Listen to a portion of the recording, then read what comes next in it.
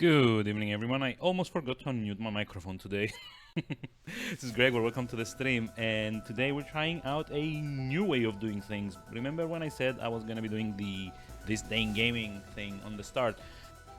I actually figured out a way to also change my stream title and category on the fly from the Stream Deck, so I can actually even be accurate with what I'm streaming at any given time. So no more Outer Wilds category, people coming in, see like a random idiot talk about random games and they just immediately leave as well.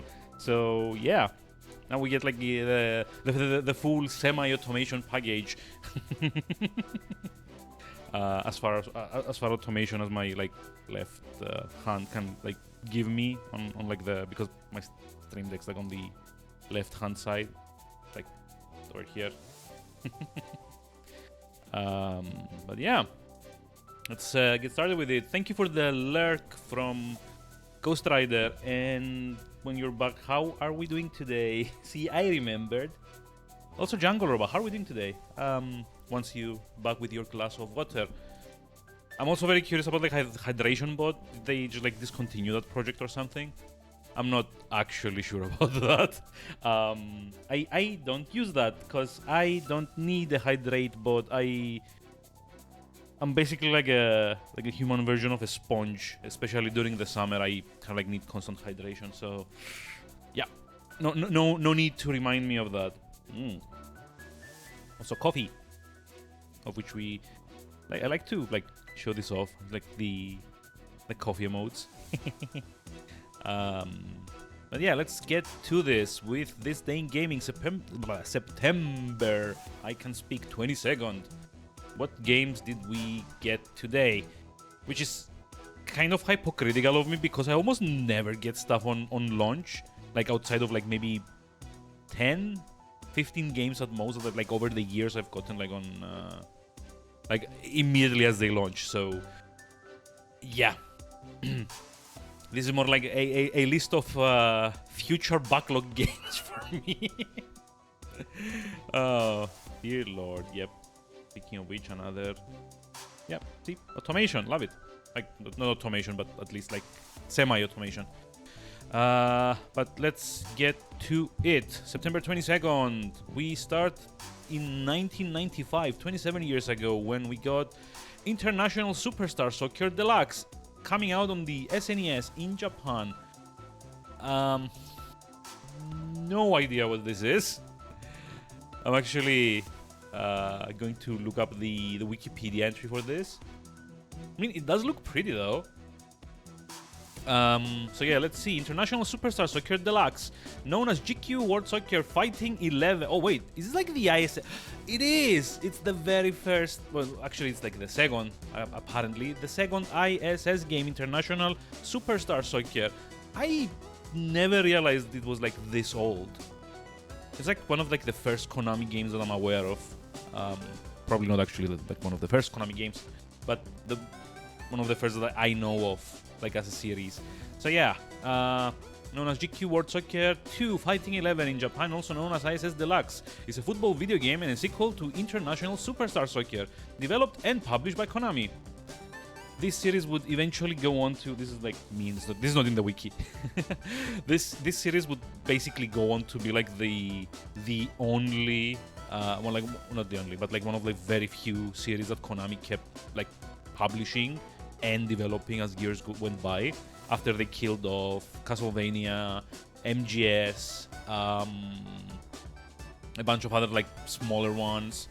ISS was basically the one of the very few franchises that they kept kind of shitting out more. I mean, releasing more games for. So this is the second one on the SNES, and it came out in Japan in September 22, 1995. Yeah, fun. Haven't played it. I'll tell you what I have played though. It's what came out 23 years ago, September 22nd, 1999. Which, by the way, I'm gonna read this and then give you a cool little fact. Resident Evil 3 Nemesis came out on the PlayStation in Japan. Biohazard, I believe, is the Japanese name for the series.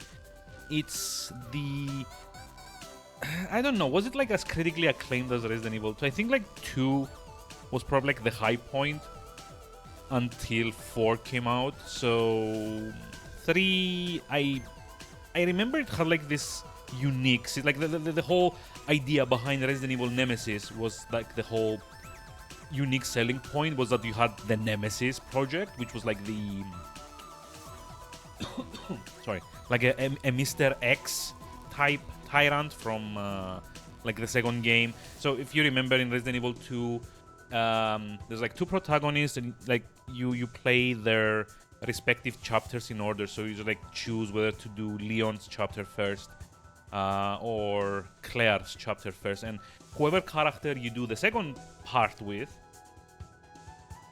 that is to say, if you play with Leon as like Leon A, you get to continue after that with Claire B scenario. Like whoever character's B scenario you do, one of like the things they added to make it more interesting, other than the zip system, I think it was called, which basically means that characters that interacted with certain objects, those objects got removed for like the other characters' playthrough. The other thing that was unique was that you also had Mr. X. Well, Mr. X is kind of like a fun name, I think, for the original version, but you had like a big tyrant in a trench coat, kind of stalking you around the Raccoon City Police Department station for like most of the game. In the remake from a few years ago, they even kind of like expanded it so that it was like more prominent of a role. Like you would say, like the true path, like the true story is the one with like, you know, the tyrant, because you end up like fighting in like the B-side chapters. So uniquely in that one, it was like a bit more scripted. Like the tyrant would follow you around Raccoon City PD, and it would actually make it a bit harder for you to go around, because it was very hard to kill, and not actually kill, but mainly you could incapacitate it for a while so you could get away. But for the most part, that was a big waste in both ammunition and resources. So there was like this constant like added tension of, what if I go into a room and like the music suddenly swells up and oh, there's like a big angry muscly thing in like a trench coat. Is that Celeste OST? Yes, it's in my like VG playlist. Remind me to send you a link if you actually, you know what? It's on Spotify. Let me share. Summit? Yeah, I mean it's kind of long and very varied, so it's like good for background music as well.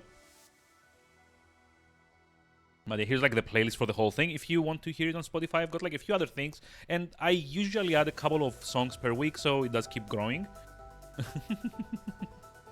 Just got here. Hey! But yeah, we're just like at the start. Resident Evil 3. We're talking about Resident Evil 3 on the PlayStation 23 years ago in 1999. So where like Resident Evil 2 kind of added the whole Mr. X thing, Resident Evil 3 kind of decided to go for like a more urban setting, meaning that instead of being confined into the mansion from the first one or the police station from the second one with like a few added locations, you would actually go out into Raccoon City proper. As far as I remember, it was slightly too linear for it to feel like a proper city. There was like a lot of emphasis on little corridors and alleyways, which essentially mimicked everything but the looks of like a mansion, in that there weren't like too many open areas as like a proper city would have. But on the flip side, it made for like slightly more non-linear gameplay, and also the Nemesis project, which is like the titular kind of feature of the Resident Evil Nemesis, where you would get like another like tyrant like Mr. X kind of like chasing you throughout the game, and it had like this unique system of I think it was called like flash decisions or something like that, where at certain encounters with the Nemesis, Jill, which is the only protagonist of RE3, along with like a few segments that you play as Carlos, the raccoon, the umbrella special ops guy, as far as I remember.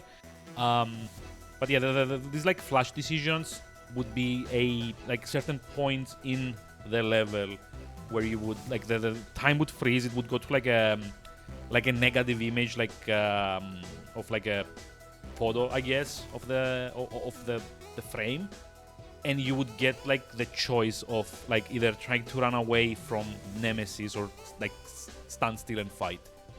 And I think that affected mostly some like drops that you could get.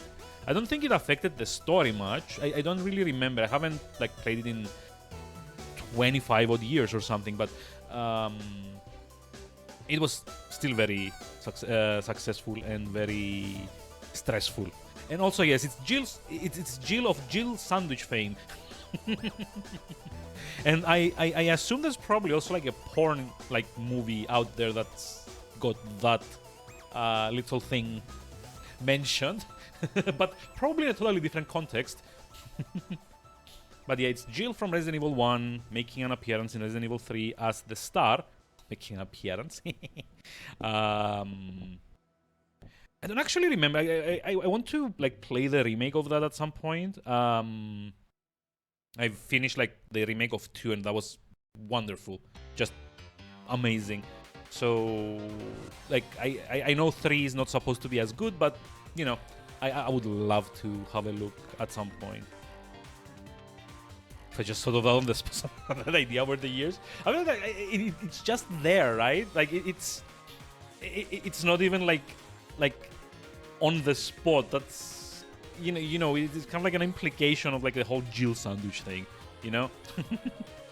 And yeah, that was like 23 years ago in 1999. We now move the clock a few years forward to 2003 with a couple of interesting releases coming out that year. 19 years ago, September 22nd, 2003, saw the release of SimCity 4 Deluxe Edition on PC, aka the last good SimCity.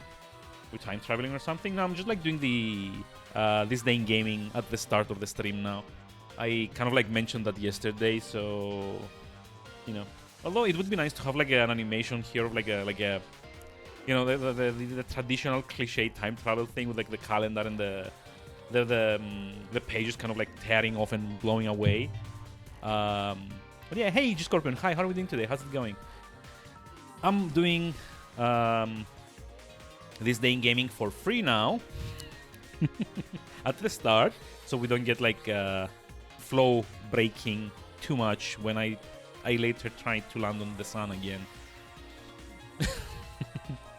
But yeah, we had the release of SimCity 4 Deluxe Edition on PC 19 years ago. That was the last good SimCity, because after SimCity 4, the next 2 or 3 releases was the god-awful mobile gacha-ish thing that they shut out. And also the SimCity Always Online thing, which was confusingly just named SimCity, where the plot sizes were limited. You were encouraged to specialize in certain kinds of cities on each tile, so you could kind of synergize between them. Also, hey Ghost Rider, welcome back from the lurk. How's it going? How are we doing today? But yeah, like the most recent SimCity was kind of shit, and it turned out even like the Always Online thing wasn't needed, because this was hilarious at the time. They had like Maxis had come out when the game first released, and they were trying to kind of defend that no, the newest SimCity needs to be always online because some of the calculations are made server side and not client side.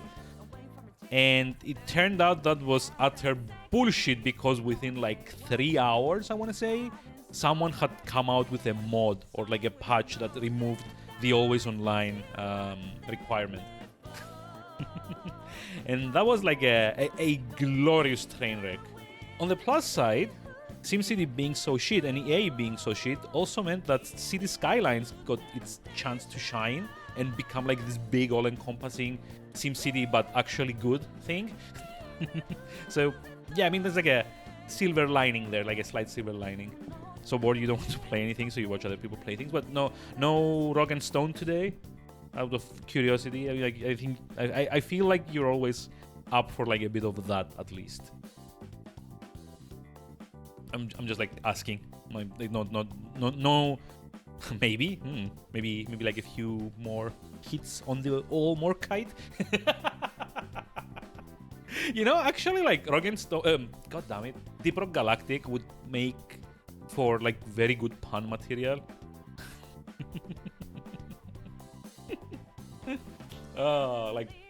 Strike your Morkite, collect your Jadis,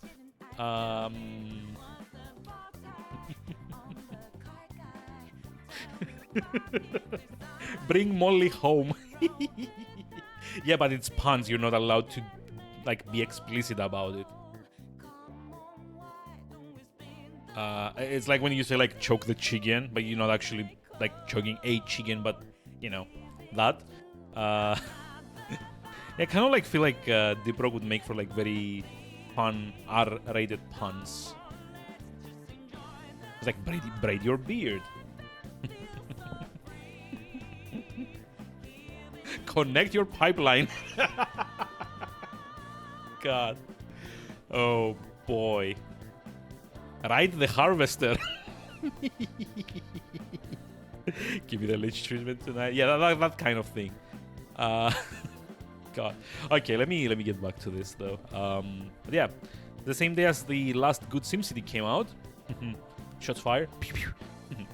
We also had the. We also had a release that I personally didn't care much about, but I know a lot of people loved.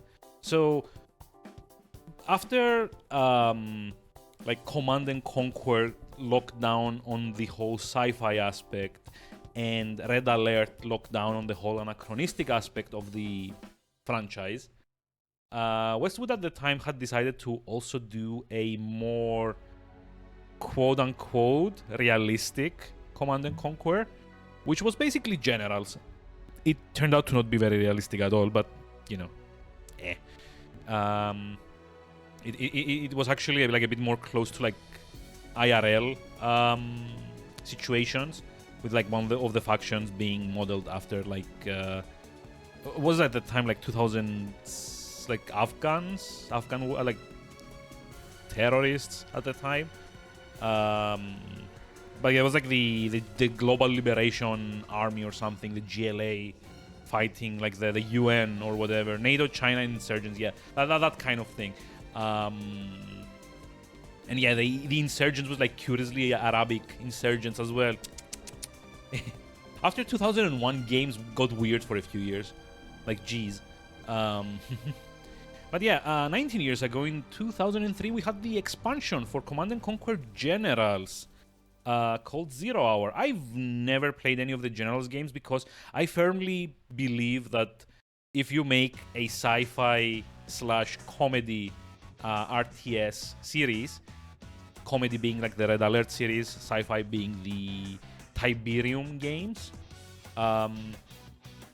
it feels a bit weird and maybe slightly tone deaf considering the first game came out in like 2002 to make a version of it that parallels like real world stuff.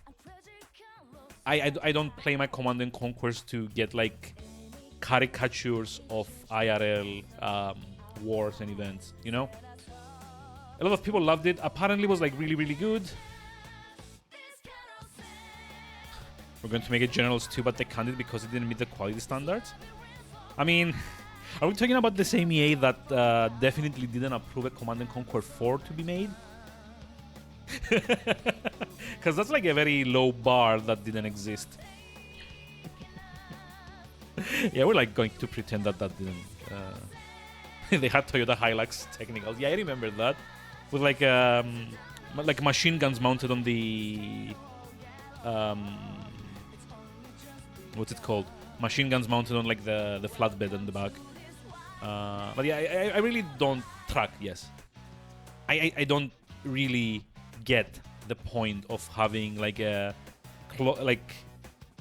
flatbed. Yeah, that's the word. Like I don't get the point of getting like a Command & Conquer series and trying to translate like all the fantastical stuff. Like we're talking about a series that in one continuity has you time travel back to kill Hitler, and in another continuity has you fight weird like blue crystal aliens and well, basically use like a very phallic shaped thing to shoot lasers out of from like the Nod campaigns. So yeah, like shifting to America versus China versus terrorists, it wasn't something that I was interested in. It's a finger, not a dildo.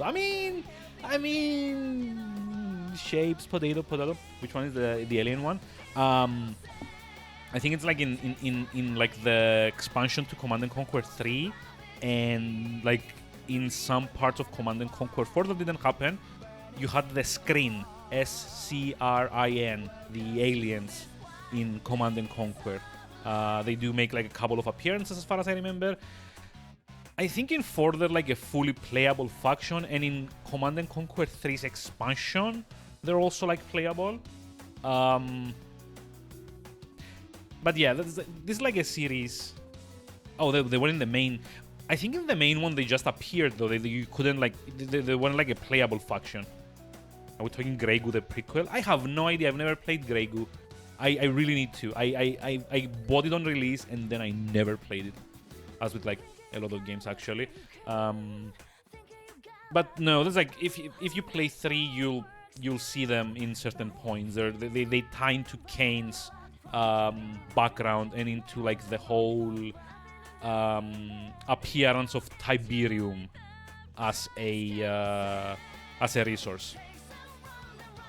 Fun fact, in case you didn't know, I didn't know this until like fairly recently, like a few years ago. But there's actually some background to Command and Conquer's Tiberium. Apparently, the crystals that they harvest in that game first appeared in the river Tiber in Rome, and that's where the name comes from. And then they started spreading and kind of like kicked off the events of the first Command and Conquer, which I guess like retroactively titled Tiberian Dawn or something, I want to say. And then you've got like Tiberian Sun, which is like the one with like the voxel graphics. Then Tiberium Twilight is the like technically the third one. Are we talking midi-chlorians levels of lore? No, apparently this was like present in the original versions, but like at the time I was like this tall. I didn't really like focus much on the story. I just wanted to send like little dudes to their deaths so that I could win the game.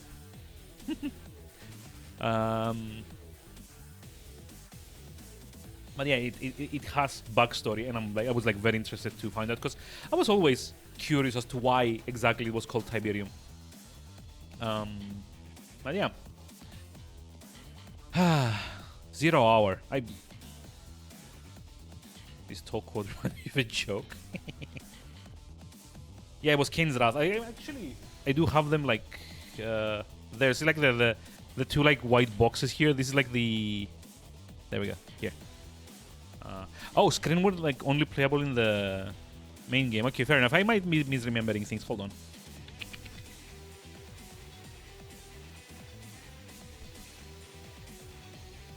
I actually got this as like a box set a few years ago, like the Command and Conquer 3 and Kane's Wrath duo. I kind of want to see if there's like screenshots of the screen on the box. I don't think they are, but hold on. Oh, screen abilities. Yeah, there we go. It's in the manual. Screen aircraft. Oh, there's like a list of like all the structures. Hold on, I never noticed this.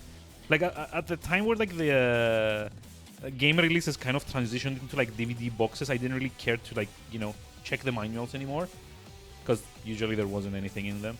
But yeah, there we go. Screen. Like the infantry and their vehicles and like the aircraft and land units and structures and stuff like that. And if I show more game than I play, this might as well be like a visual novel stream at this point. Joseph Kukan was like still up. Yeah, I know. He has gone on record saying that like he would love to come back and make a new one, because Command and Conquer 4 that didn't exist actually also didn't end with him ascending unto the heavens and going back to his planet, as far as I remember. That was a dumb ending that never existed. I remember that because I have not played Command and Conquer 4 that doesn't exist. Yeah, but that was a dumb ending. That was a dumb ending.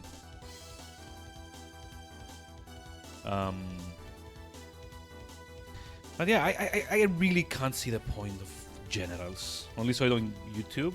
No, I was actually unfortunate enough to buy the physical version, which you won't see here because I got rid of it after I was done with the game. But yeah, I was optimistic enough that it would be as good as 3. It wasn't. Not by a long shot. No, actually I sold it, like, you know, it's kind of like a curse. Find like some other dumb sucker to go back for it. Let's find out the year it launched. Yeah, I mean, I know. Like, I'm saying, like, personally, I don't see the point of it. I am aware, like, a lot of people like love that, like that side of the Command and Conquer, like gene pool, I guess. No, I get it. No worries. I mean, you don't need to be that, you know, you don't have to worry about that, you know, that thing. Definitely didn't play it on the pirated version originally. I think half the people in Greece probably played the pirated version of that originally because of, like, kind of like around the time it came out. I remember I was a student at the time, and while I didn't generally enjoy it at all, I, like, few friends that I made back then, they all, like, more or less pirated it. The generals, but I think, like, most of them ended up buying it on Steam when it came out because they wanted to play the multiplayer, which was apparently also very, very, very well balanced. Tone deaf or not, Westwood did know how to fine-tune their RTSs. I will say that much. And speaking of that, let me move on because we're still back in 2003 and there's like a lot of games to go through in a lot of years. Let me move on a few ahead to 2004, 18 years ago, with another PC release, another strategy game. This time it's more cerebral. Rome Total War came out on PC in September 22nd, 2004. The ancient Roman iteration of the Total War franchise, and one which was, I feel, like a bit too focused on its subject matter, because, like, I was, like, more of a fan of medieval, to be honest, rather than, like, Rome or Shogun or, like, Napoleon after that. And that was because medieval for me felt like Medieval Total War and Medieval 2 Total War felt more like a, you know, like a grand conquest kind of thing, whereas Rome was kind of like a bit more focused on, like, you know, Roman exploits. Like, they were like, I remember in Rome, like in the first Rome Total War, which, by the way, I still do have. Well, it's like in storage, it's not here, but it's another one of those that I own. I think the first Rome had like three main factions. We were like the families, like the Roman families. They were like the Scipii, the Julii, and the Brutii, I think, or something like that. Or am I thinking of other things? And you could also, like, those were like the campaign ones, and you could also play like the skirmish ones, where you had like all the enemies of Rome. You had like the Greek factions, like the Sicilians. You had the what do you call them? The Carthaginians, which are like basically Phoenicians at the end of the day. But anyway, I didn't like that it was like so focused on like a specific Carthaginians. Thank you. I always get that wrong. But you get like a very zoomed in map of like your play area is Rome and like the surroundings. Carthaginians. Thank you. I'm very bad at like historical stuff. I'm sorry about that, but you get the point. But yeah, the player is like very focused around like Rome, especially like you have like the whole of Italy, and it's kind of like split into regions instead of having like a bunch of countries like you do in Medieval. So that was kind of like, I always enjoyed Medieval more than Rome, although I did play both. Yeah, it was the then known world. Like, I mean, I'm not saying it was like a wrong thing to do, because Shogun also did the same thing with Japan, right? And it works, but I just wanted something grander in scale. Like, for me, it made sense that when you play a Total War game, you've got like all like your hundreds of thousands of units like rendered out on the combat fields. You get your armies in like squads and groups and, you know, different armies. And then to kind of like move out of that and like the macro stuff. So like the micro stuff is the actual fights and like the actual like micromanaging everything in your empire. The macro stuff is like the bigger picture. And like the macro stuff was like more just, you know, one part of the world, as opposed to like the entirety of Europe or something. I don't know, I just like I feel it in my mind it pairs better with like a grander scale when you have such a robust engine for doing combat in. Like they get to like render all individual soldiers and you can see them clashing into one another. I would recommend any Total War game. Just like pick your flavor early on. For me, it was grand strategy with Medieval. For you, it might be just like something more in depth, like Rome or Napoleon or Shogun. It depends. They're all great games.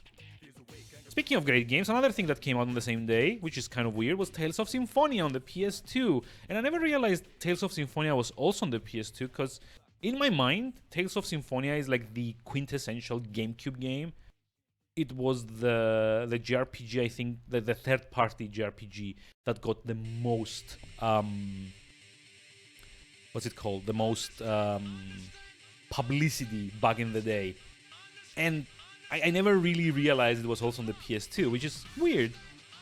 I've never actually played that, because at the time I was living in Cyprus, and in Cyprus you don't really have like a JRPG audience, or you didn't have until a few years ago.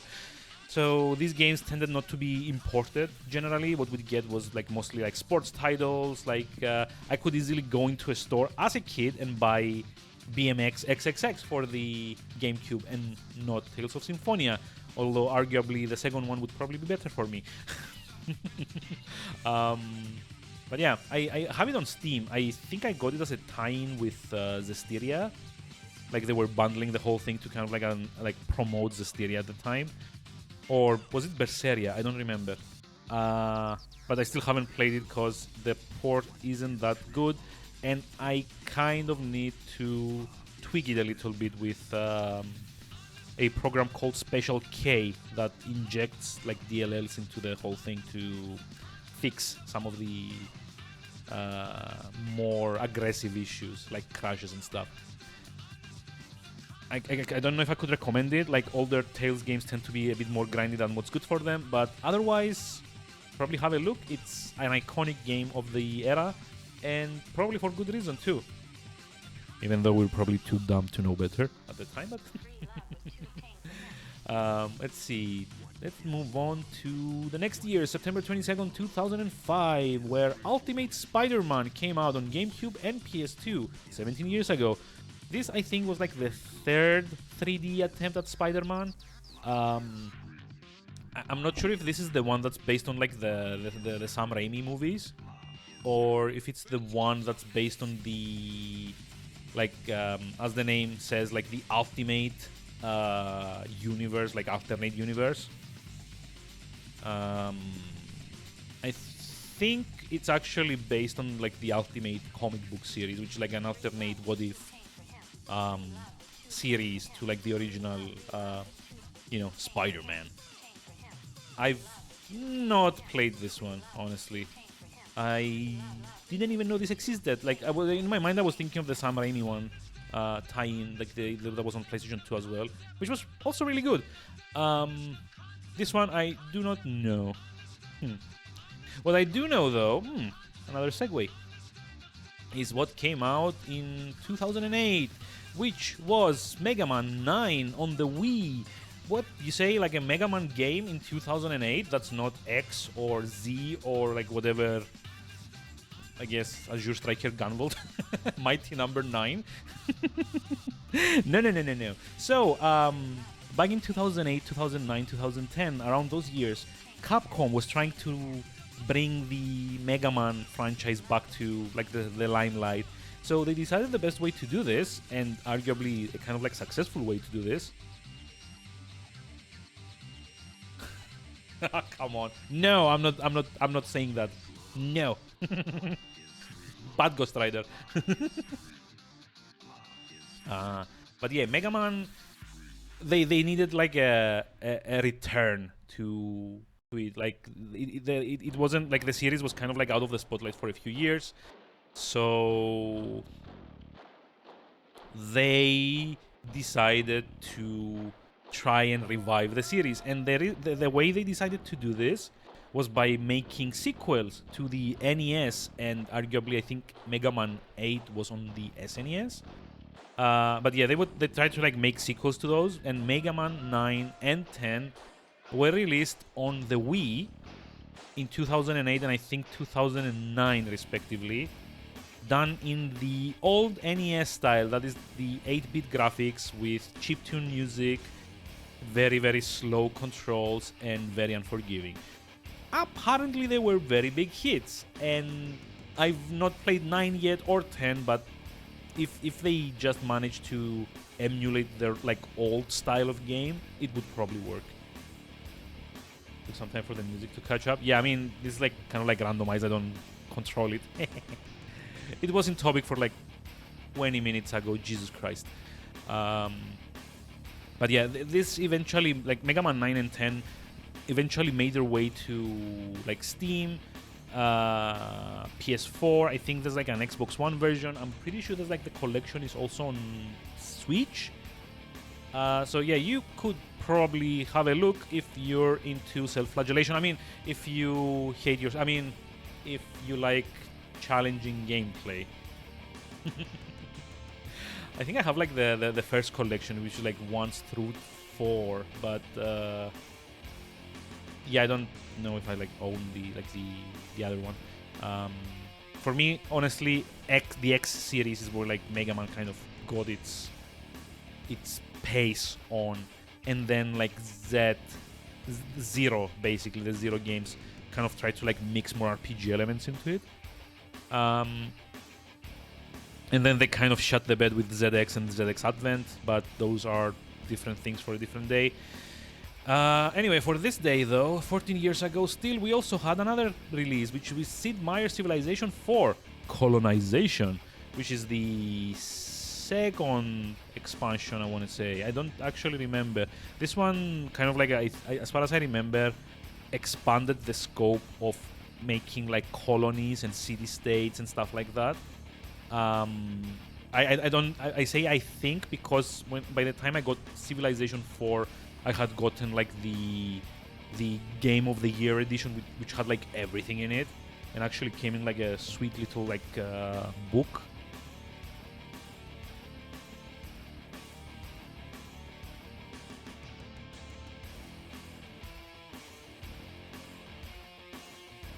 That I don't actually have out, it's in storage, but you know, it would have been cool to go back and, you know, show it off at some point. Yeah, it's like another like fun one. Like Civ 4 is, I didn't play it as much as 3 or 5, but I think Civilization 4 is the one where like the problem with the bloat became very evident.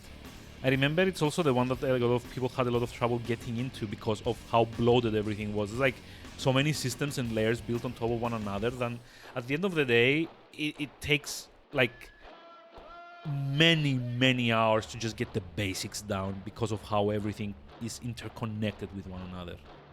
So I really wouldn't, you know, recommend it, especially when 5 is around, which is kind of like a better kind of like intro to the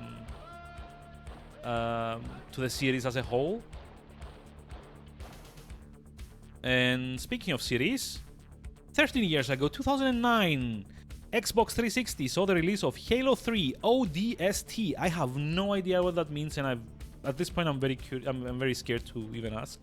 The third Halo game. I think it was also like the first one to.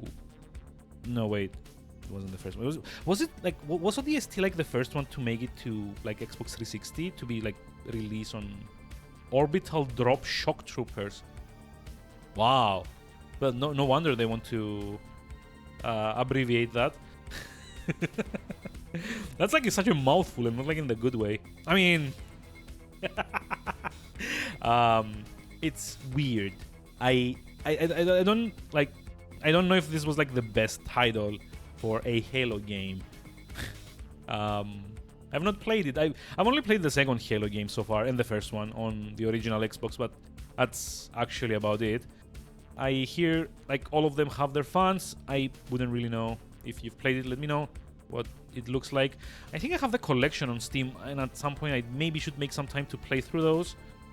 But don't really care about FPSs nowadays. Let's see.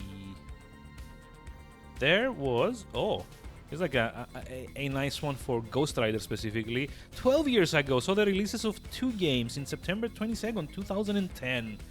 First off, Kurohyu Ryuga Gotoku Shinshu. Basically the PSP Yakuza game. I don't know how that translates to English. In fact, I don't think this one ever made it to like Western audiences. This is like a spin-off on the PSP. And yeah, as far as I can see, can I post the title in chat? Yes, I can. Did I just like butcher it? Kurohyu?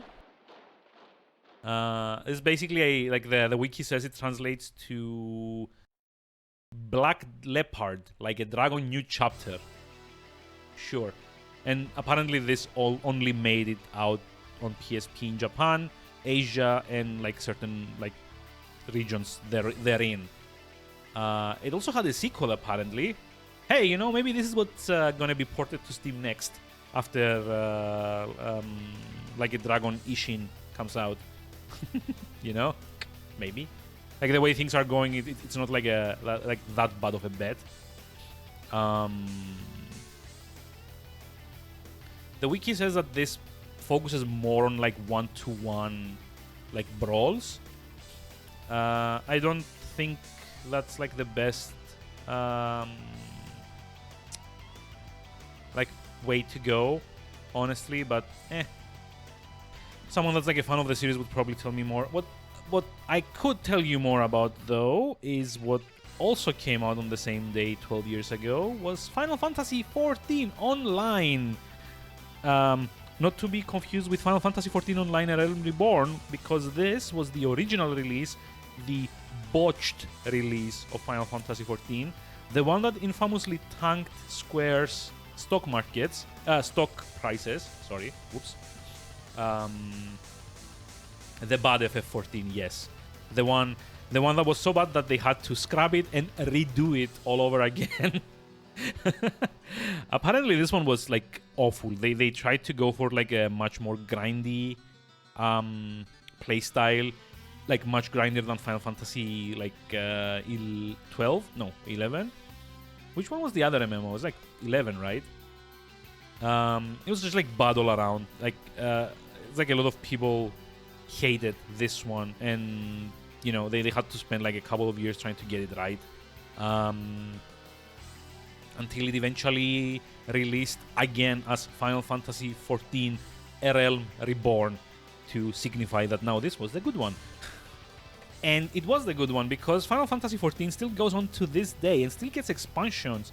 Their most recent one was like Endwalker, I think, last year, or like start of this year, I think. Anyway, I have an account. I've not been playing as much because MMOs drain my will to live nowadays, and also make me not play stuff from my backlog. So you know, but it's apparently a very, very good alternative to other popular MMOs. So if you're into that, you should try it. So, next one. 11 years ago, a little something you may have heard of. Dark Souls made its appearance in Japan on the PS3. The not quite OG Souls title, because Demon Souls was also a thing, remember? But yeah, Dark Souls is probably the one that kind of like got the craze going, especially Prepare to Die and all that bullshit. I've played it. It's like a very, very fun game. I mean, I don't think there's like a lot of people that haven't played it, except for all the ones that kind of like got scared by the Prepare to Die tagline. It's a third-person. It's like a third-person action RPG with a very big emphasis on technical combat, which is to say parries, dodges, rolls, attacks, backstabs, that kind of all that cool kind of stuff. It's very animation oriented, which means that you need to be very, very careful to not overstep like your animation lengths most of the time. Very interesting game. I think we've streamed. I think at this point, like in the 5 years that I've been an affiliate, that sounds sad. Monster Hunter like. I mean, sure. In a way, it's like a noir Monster Hunter like title. But yeah, also by the way, this is like something I just realized. Today marks the 5th anniversary of me becoming an affiliate. So yeah, RNG, because you know that's like probably, or grind, depends on like which mode you think is more appropriate here. So yeah, happy anniversary to me, I guess. Yay! If that had mattered at anything except getting the emotes, I would probably do a giveaway here, but it doesn't, so I won't. Monster Hunter Souls, like, I don't know, like, which one came first? Monster Hunter is technically before, like, the Souls series. Although Kingsfield also existed, so I don't know if that counts. Probably not, because those were, like, first-person shooters, right? Yeah, Monster Hunter 1 came out in 2004, so that's, like, before Demon Souls, right? And Kingsfield weren't exactly like third-person animation-based action-adventure games. They were like more like first-person hack-and-slash RPGs. So not very comparable. So I would say like Monster Hunter is probably like a Souls-like. No, sorry. The Souls games are Monster Hunter-likes. Yeah, the dungeon crawlers. Yes, that's like a good way. Dungeon crawlers, but with like a bit more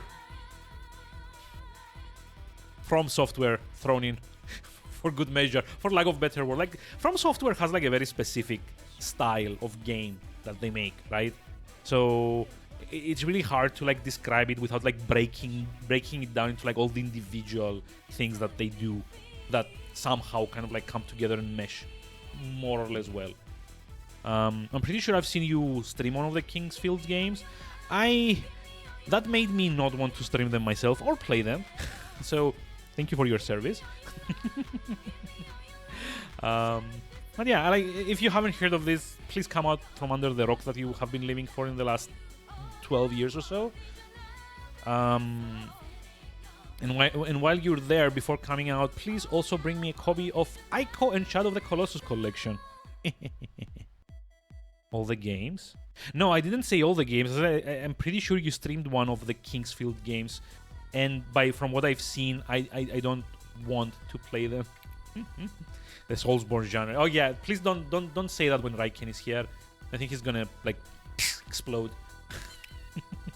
Like my favorite joke to make to annoy him. My joke. Shut up. But yeah, on the same day on PS3, we also had like another like outstanding collection come out. Well, game. Alright, now Elden Soul Sekiro Born. Yep, that's here to type. That's here to read. That actually here to read out loud, so thank you. No, we are at wait, it's like Soul Sekiro Born Ring. No, that sounds like a very punishing sex toy. Never mind. Oh boy. I've got these rings to sell. Oh boy, like, do you think that would have a market? Like, you think like you could market like a sex toy for like hardcore gamers. Why do you think of the same thing? Because everyone in here is part of a hive mind. It's like a social experiment that I've been doing for the last 5 years. I mean, cultivating social links and confidence or something. Probably. I mean, yeah, I sadly think so as well. Like you'd probably find like a lot of people that would want to buy like a Dark Souls sex toy. Especially, never mind. I'm not even gonna go further there. Let's talk about what else came out 11 years ago, which was the Ico and Shadow of the Colossus collection in Japan. The two, what's like a good way to describe these? Like kind of like thoughtful, melancholy games with like an emphasis on exploration and a few like very gigantic combat encounters more than anything. There are also games where, you know, the game fucks you over by the end of it. Like both Ico, this is like Ico or Ico. I'm not actually sure how it's pronounced. Yeah, Shadow of the Colossus rocked. Ico. I think it's like I think it's pronounced Ico. So, both Ico and Shadow of the Colossus are great. I've played a little bit of them. I have them on PS4 as like releases, and at some point I haven't played them much because I want to stream them. I haven't been fully spoiled. I know how they end, but that's about it. But it seems like what's it called? God damn it. Was there the studio that made them called Team Ico or something? Cinematic platformers. I mean, in a way, yes. I like to call them like melancholy exploration games, to be honest, because that's kind of like the whole loneliness of riding across like barren landscapes on a horse, and the music kind of like being this like somber, kind of like low-key thing. I feel like the emotions they kind of target and try to evoke are like melancholy and sadness, and maybe like a small touch of loss in there as well. But yeah, and any game that's made by Team Ico is a bit problematic, in like it will always end by the protagonist being like screwed over by whatever like the dark force du jour is of like that game. The standard morning. Yeah, but we have the coffee. They're like very, very good games. The little I could play of them, I feel like I'm like a good judge of like whether I'd like enjoy a game from like the first hour or so. And both Ico and Shadow of the Colossus are those games that I had to put down after the 1 hour mark because I didn't want to spoil myself before streaming them. And that's like damn good praise. It's like a very good, a very special game, both of them actually. So yeah, that's like really interesting. And that being said, we're at the end of the list with what came out 7 years ago in 2015, Blood Bowl 2 on the PS4. The sequel to Blood Bowl, a video game adaptation of a Games Workshop tabletop franchise, basically. I'm gonna play the PS4 remake. I have them both on PS4, so that's like probably where I want to play them. Like the OGs are kind of hard. I do have a PS2 nowadays, but they're like really hard to get. So like by availability, I have them both on PS4. So you know it's like a better fit. We're now waiting for Blood Bowl 3. I mean, yeah, this is Blood Bowl. Basically, it's what if rugby. Yeah, they've also been ported to PS3. Like the collection that I just like read out is the PS3 collection. But yeah, Blood Bowl is basically what if like American football, aka rugby, aka the one with like the oblong ball, had orcs and elves in it, and they were allowed to punch the shit out of each other. It's like a very violent take on an already violent sport, and has like orcs and elves and goblins, I think, and stuff like that. It's like very violent from what I've seen. I own the first one. I've never played it because I understand it takes a bit of time to get used to. I've heard good things about both of these. If that's like any recommendation. Generally, Games Workshop seems to have adopted like a kind of shotgun approach to licensing for the last few years. Yeah, Warhammer Fantasy Battles. Yes, it's the Warhammer universe, but football.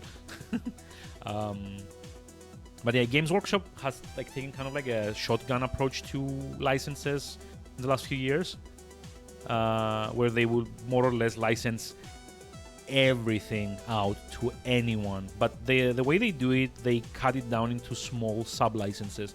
So you would never like see anyone get like the full Warhammer license. They would get like the Skaven with Vermintide. They would get like the specific Blood Bowl thing.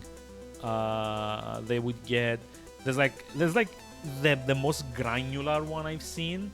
I don't actually remember the name, but there is out there a Warhammer 40k game where you specifically have the what they call like the orc flyboys, the little like rickety airplanes that they have, and that whole game is like an arcade shoot them up, flying those planes.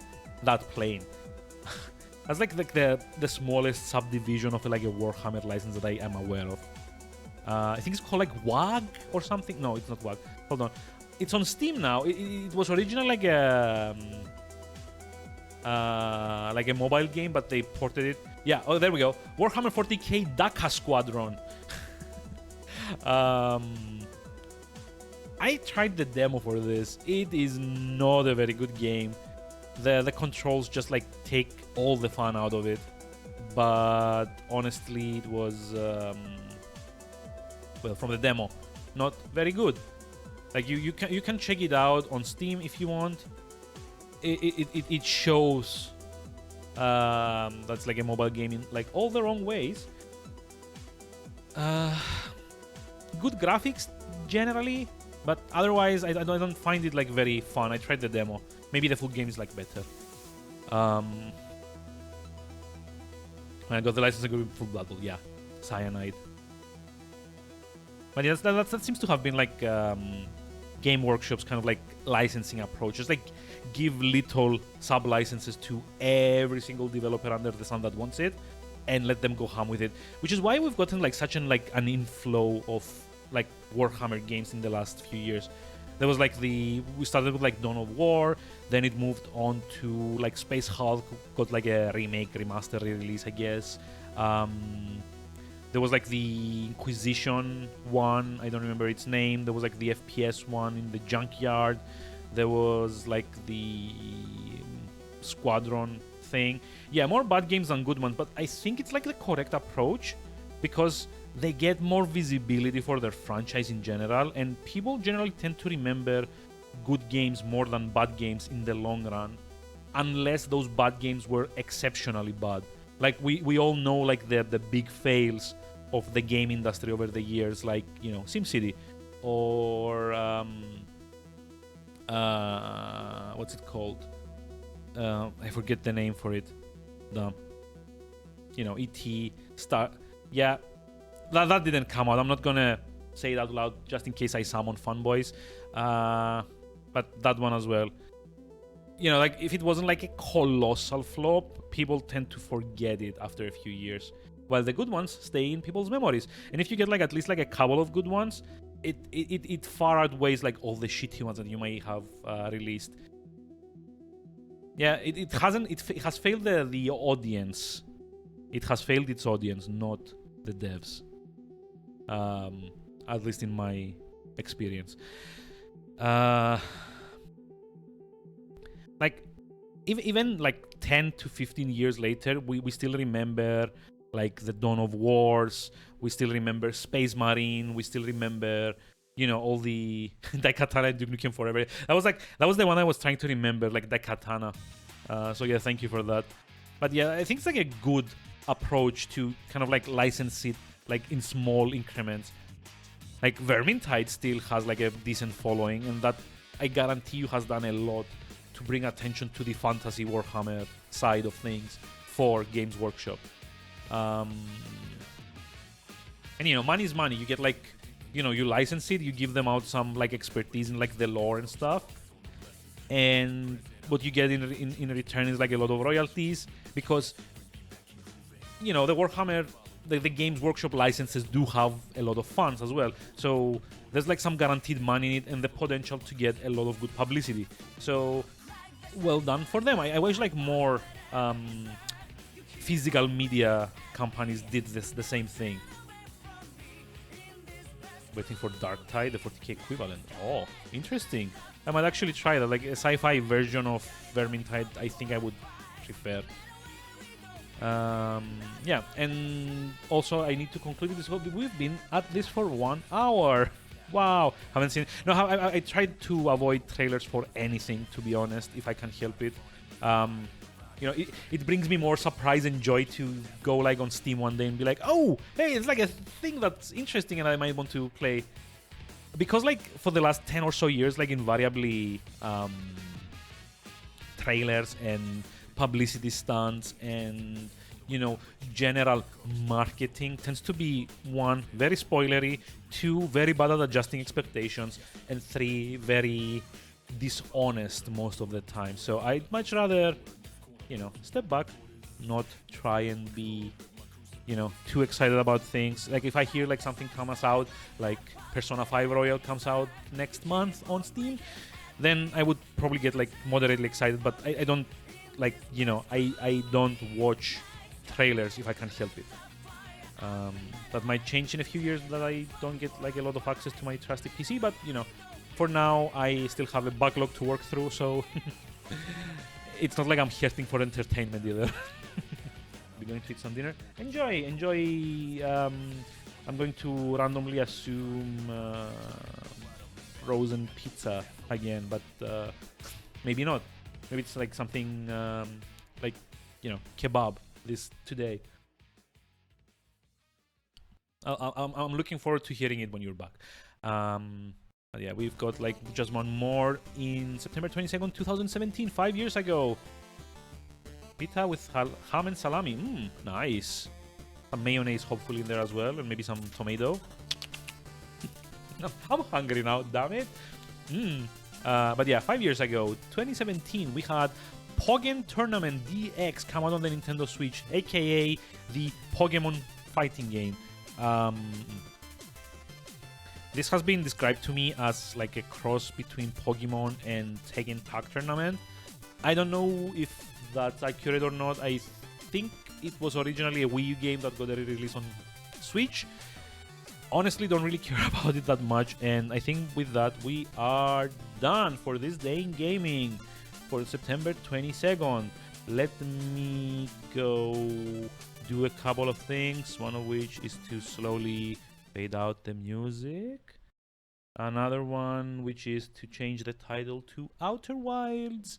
And the third one being actually launching the game that I said I was going to stream today. Hopefully. And go stream it. Maybe we'll find another sun to crash into today. Slowly. I mean, I do generally enjoy talking about games, and it is also nice to have like a just chatting thing every now and then. So, you know, I didn't mind doing this, to be honest, and I also won't mind trying to avoid the sun this playthrough. And the music fade. I mean, I don't have like a crossfade installed anywhere, so I kind of like had to. What the? What's that thing? Had to kind of like lower it like manually. But yeah, today's objectives on Outer Wilds include trying to actually get things done. I think we're going for Brittle Hollow first, because, you know, there's like a lot of things that still need to be explored there. No, don't look at the sun. Don't let it. don't let it. You know, distract you. Don't become the moth again. Yes, I'm looking away from the sun so that I don't, you know, fuck it up.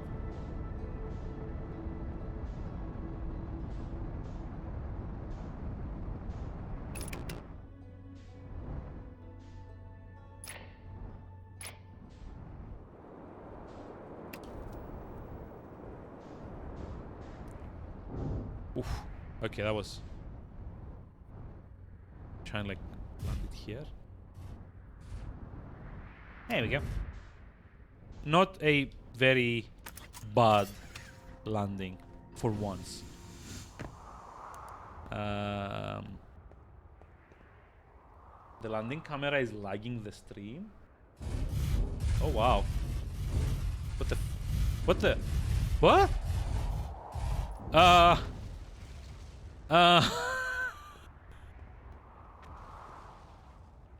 What? I guess my spacecraft... Oh my god, it even actually took out the... Call an exorcist, no kidding. Like, look at this.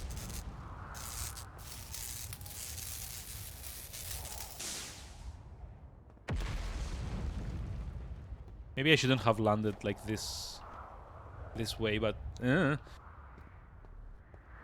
So yeah, there's like a lot of things that I need to figure out in Brittle Hollow for starters. And one of them is the forge, another one is... What the... Wait a minute. Is that a moon rock? It is. The tower shard.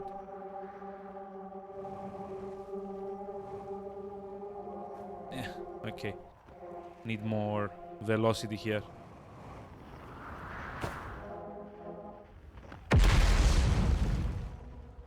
Uh-oh.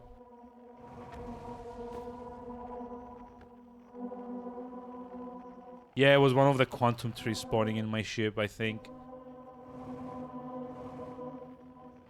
So let's see. I don't think I've been on here yet, although I did scan it. Plume Phoenix and I have determined this atypical shard of rock is the reason objects in this grove and behaving in quantum manner. We know the unique signal is coming from this shard. Curiously, our friends the Wandering Moon sounds the same. Oh yeah, no, I've scanned this already, haven't I? It kind of sucks that it doesn't like mark it as scanned in like a new time loop. So I don't like really know if I've kind of like read something until I go and like read it again. Okay, let's see. The trees are moving. The trees in this grove wander about freely. This is not normal, even for this alien planet. I never see them move. How is that even possible? If anyone else witnesses this disturbing behavior, record your observations. Plume is right, the trees do move. Okay. Alarmingly, it's only the trees that matter in this area. Okay. Rocks unusual another reason. 2. Thatch. It possesses color and texture I've never seen elsewhere on this planet. Okay. So I guess this is like the phantom moon has shedded its like rocks, and they made their way all around here. Beneath your feet lies the Tower of Quantum Knowledge. If you are preparing to make your first pilgrimage to the Quantum Moon, descend the steps to the entrance below. The knowledge held within will help you with your journey. Oh.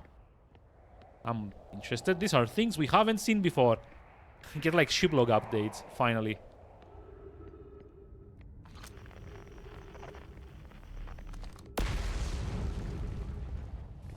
Although I do think we had come down this way, but not actually managed to get in there. Hey, Goshi! Hi, how's it going? How are we doing today? The Southern Observatory. This is Tower of Quantum Knowledge. Below 90 meters. Okay. Like this way then. Let's get ourselves quantum educated. I guess. Wait, this was 90 meters? That seems like a bit too few. But sure. Let's see. Be welcome in this place. Above you stands the Tower of Quantum Knowledge. If you are making your first pilgrimage, blah blah blah blah blah. Yeah, sure. I'm okay. I'm like extremely tired, but you know that has kind of like been happening for a while now, and my apologies if I keep like bringing it up. The crossroads. Okay, just like enable this for now, just in case. Then I want to have a look around and see what else we can kind of like glean from all of this. Also, I'm pretty sure this type of... There we go. Nope. Oh, it's broken. Oh, can't actually go back up there, can I? That thing's like cracked off.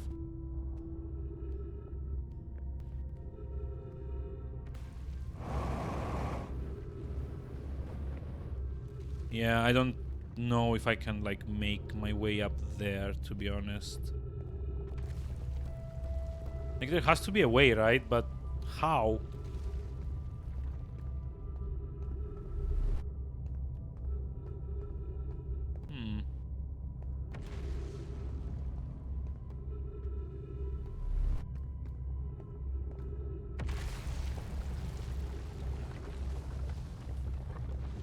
I guess we'll find out later. Like, since we're like on a timer, like the important thing I feel. Oh, fuck me! What? Come on!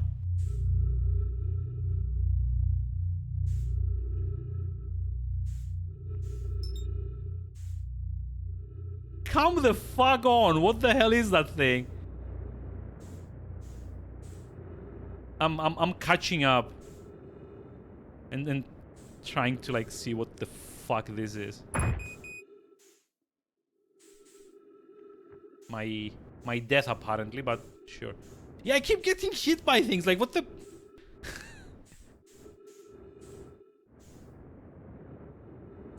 What is this thing? Wait, is this just like a piece of?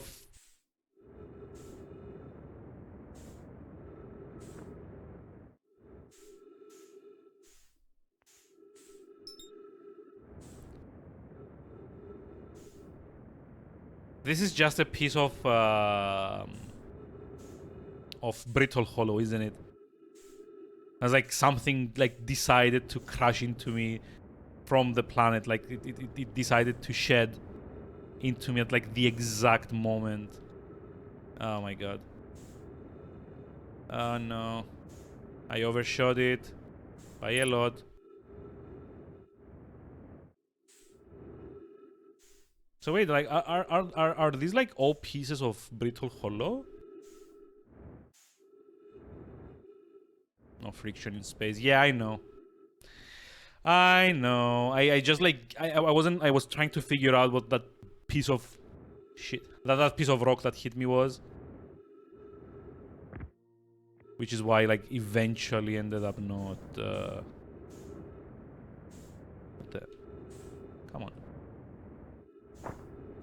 I'm really not doing well today.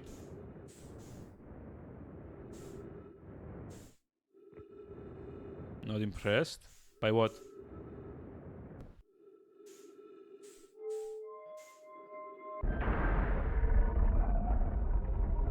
By the game? I mean, I've found it rather interesting so far. Whitehall Station, blah blah blah. Oh, we need to start the rotation, don't we? Hold on. Emberstone projection. Wonder if you need like the Emberstone and like all the other stones that you get for, you know, something. Like, do I just like need to keep collecting these and bring them to like a certain point? Okay, there we go, there we go, there we go. Aha. Jesus Christ. Kind of like need to get to my ship though. I'm like hurt badly.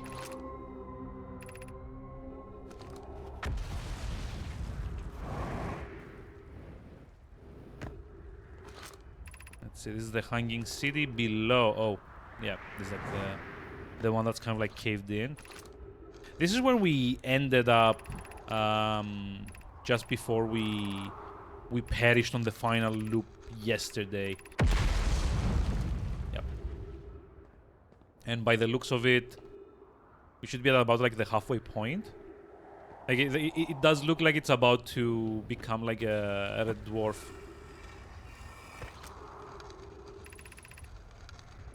Okay, I've already read all of these, right?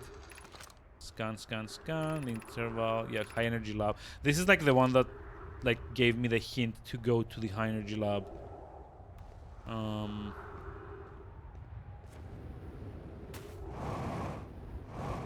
Let's see if I can like make it in time to do anything else. This. Yeah, I've read this one as well. This is like the one where they see the phantom moon. So where's my ship? Oh, it's on the other side of the planet.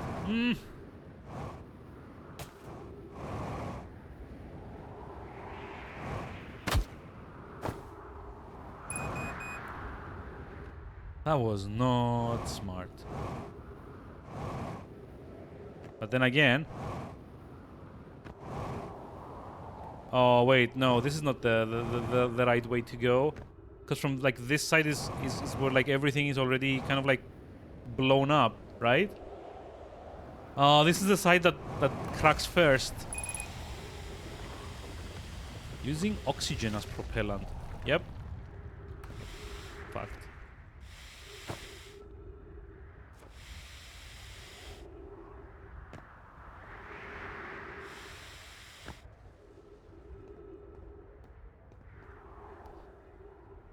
Oh boy. Yeah, this is not the loop where I discover things. This is the loop that I might have well just like have gone sun diving.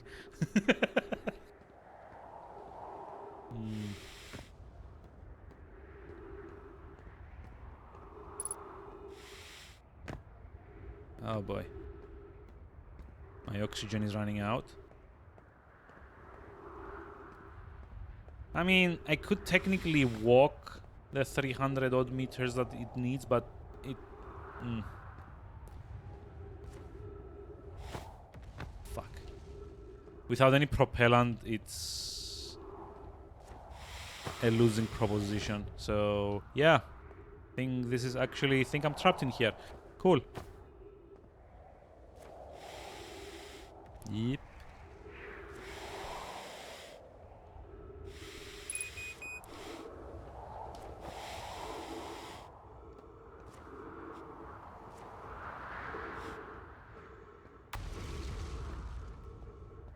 I'm gonna keep trying though. Only got like maybe a few seconds of oxygen left, but who knows? Maybe something else is gonna come out and kill me before I asphyxiate. You know, like a flaming meteor. Flaming... Yep, there we go. One can only hope. Sadly not. So let's travel back in time. We didn't even make like a full loop this time, but you know, we're learning. I did get like one new ship entry, so there's that. I also found out you can't actually go into the like the quantum library thing. At least not by just walking in it.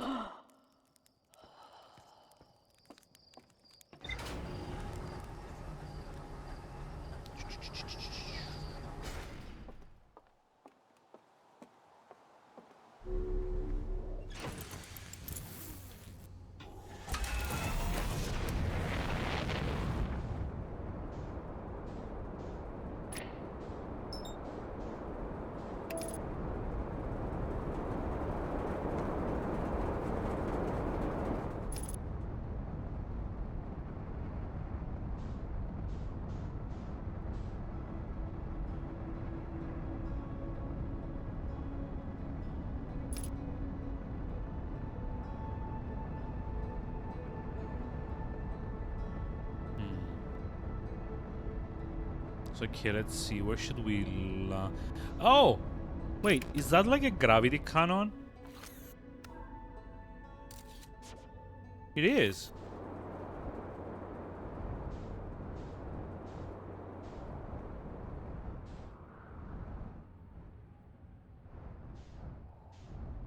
Okay, I'm curious now.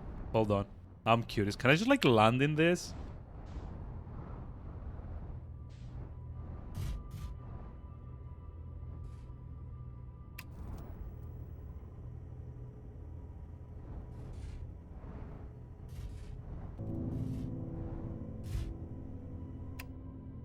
I Yeah, the stream does lag when that happens. That's weird. Maybe it's like the little kind of like grayscale effect that they have over it.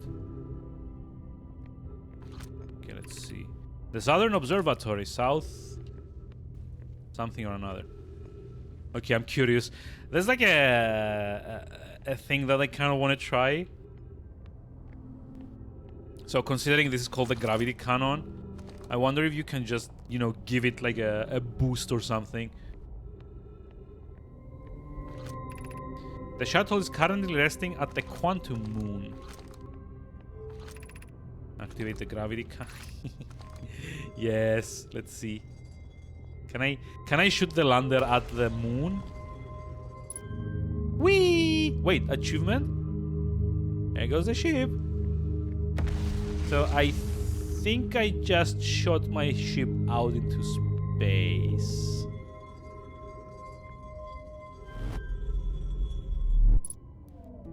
And sadly doesn't seem like it's ever coming back, but I did get an achievement out of it, so yay! This time loop, we're destined to be stranded on Brittle Hollow until the end of the universe. Actually sounds a lot cooler than it ends up being, to be honest, but you know, weird. So I think this one's like a different shuttle than the other one, so I am kind of curious to see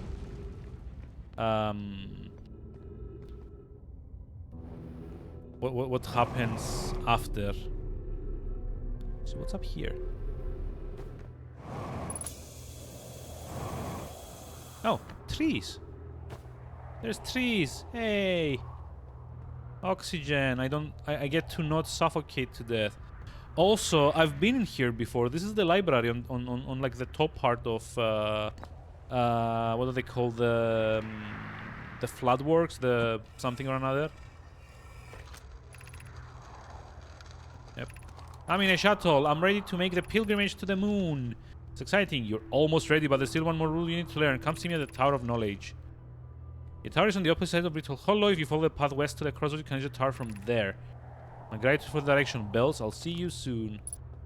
Wait, can we actually enter the Quantum Tower from this side without Oh. Hey, this is actually the surface. Nice. Hold on. Hold on. I need to look at something as well.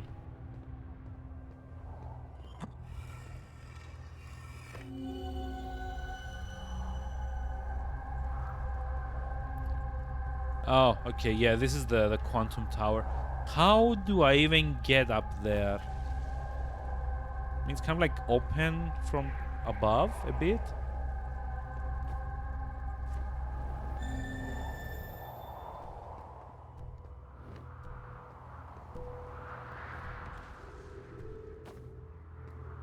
But yeah, somehow I don't think we were gonna just be able to walk into there. Oh my god, how do we...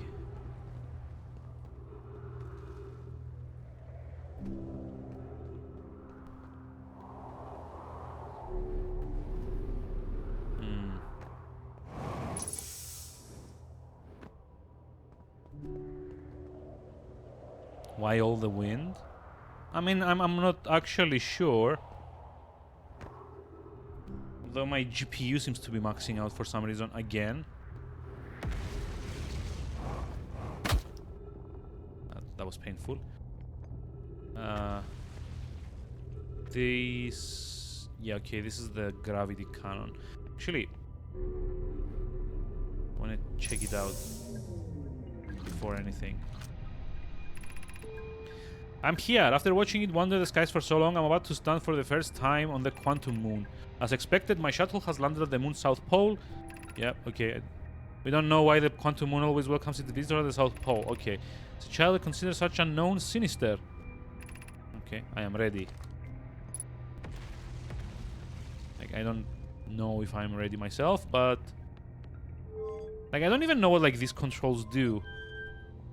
Like the one in the...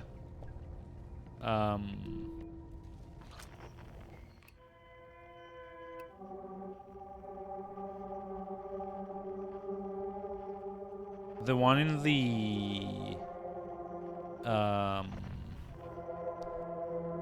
museum shard, unknown. The one on the left launches you, but I'm not actually sure what like the what the what?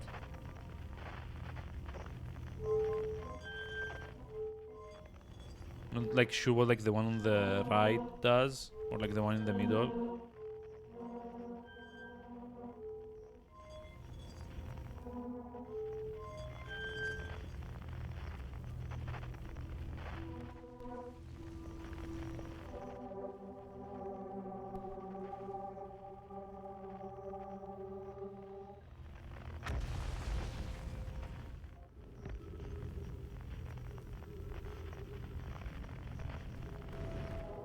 Wait, where am I? Am I still on? I am.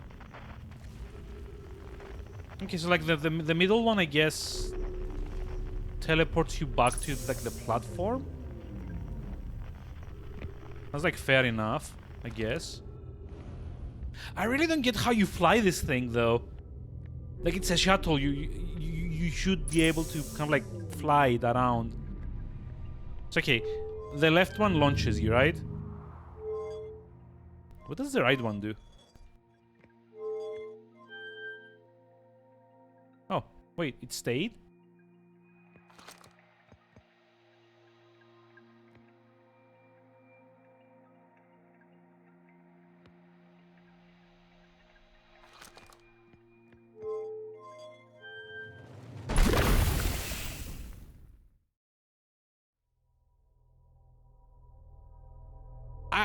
I'm not sure what happened there. I think I may have crashed either into the sun or the Hollow's lantern. That was the moon. How do you even fly this thing? I really don't get it.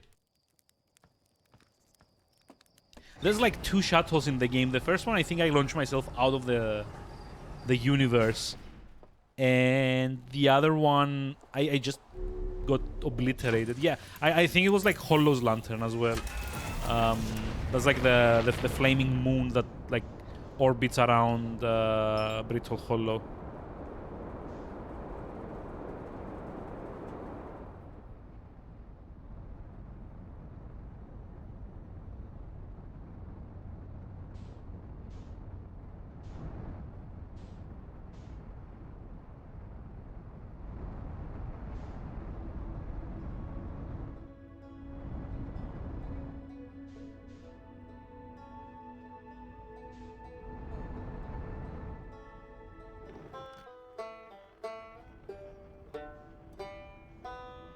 Did I ever end up finding the... no, I didn't, because it's set to unknown.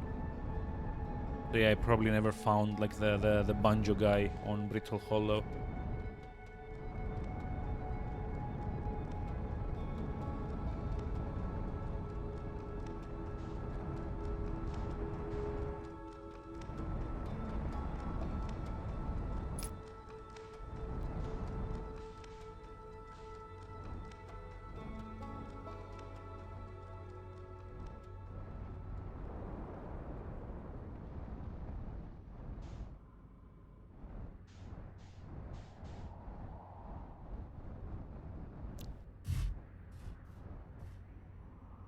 There you go. Like this wasn't like a bad landing, was it? I think. Considering I also didn't use the landing camera either.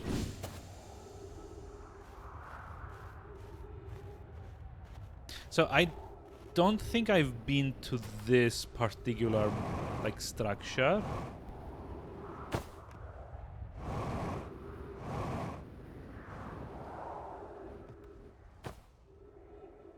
There's like nothing here.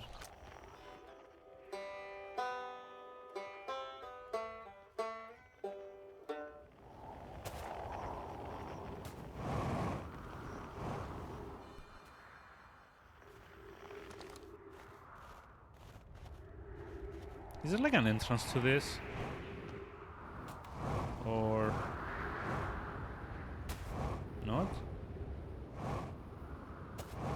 Maybe not. Okay.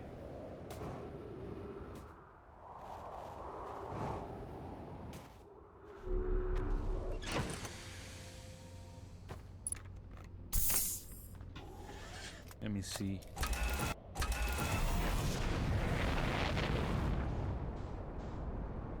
I was like trying like... Oh, wait! Wait a minute, this isn't mine.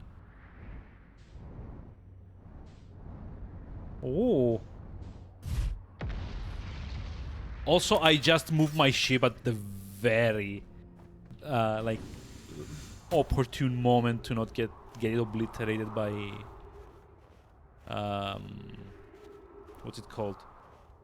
By like another like meteorite. Okay, where do we go now?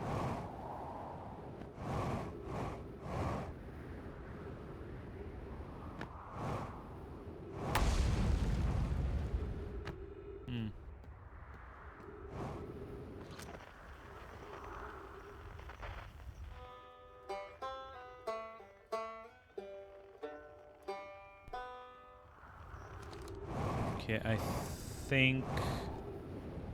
Well, okay, this is kind of dumb. Why am I doing it this way? Let's go back at the ship. Oh. Oh no. Fuck.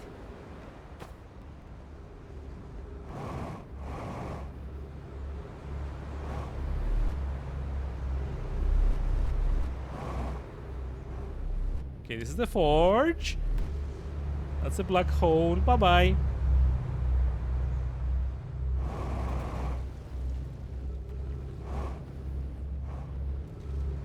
God damn it. Okay, in we go. Or not. Jesus.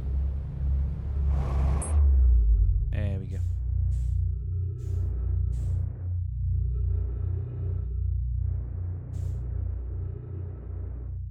This sucks.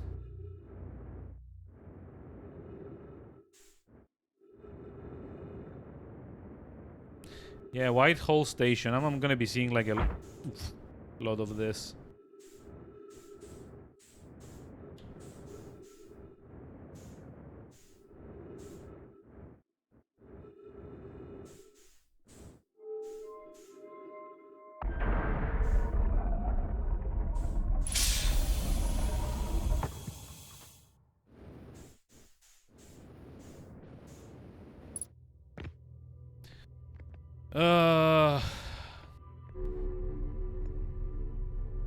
Yeah. Inconvenience. You might put it like that. I would call it just like a dumb annoyance at this point. Having to wait for like all this to like align.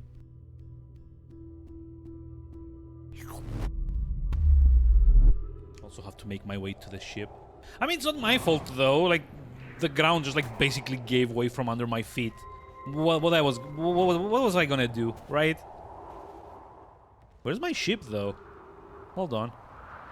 Oh no. Oh no. Well, it's still there. Only like half a kilometer like around the surface of the world.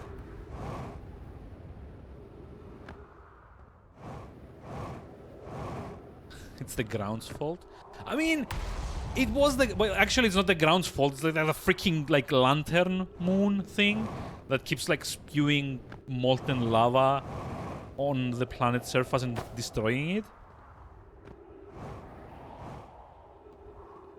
Because, you know, like, the fact that everything was gonna be, like, blown up by a supernova in 20 minutes wasn't enough. No. You also had to have, like a secondary volcano moon spitting out molten what's it called, lava, and blowing up the planet's crust as well. There we go. It's always there. Yeah, see, I was standing on there until there went there, and I kind of had to follow. Thanks to a little thing called gravity. Well, or, you know, inertia, more like, but, you know. Phew, level critical. Dear God. Still have no idea what this dome is, though. Which kind of sucks.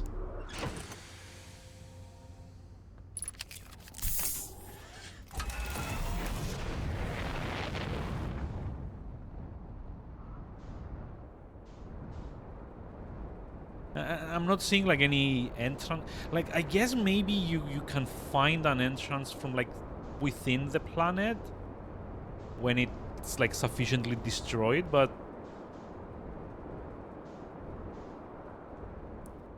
I don't know.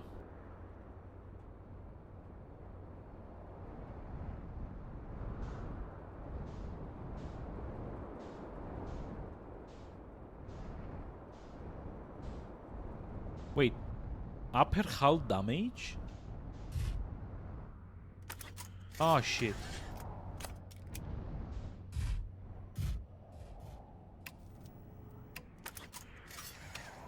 That sucks.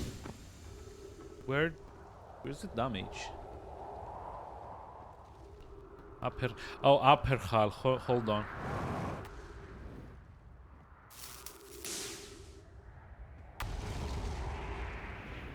I have zero idea on what's going on. Well, I could just like give you like a very brief overview of this game, but I'm told that, and I kind of have to agree in this instance. Like, it's like one of those games that it's like much better to just like go in completely unspoiled. So if you've got like even like a passing desire to play this, maybe not. But it's kind of simple, really. Like most of it. It's like a very simple proposition overall.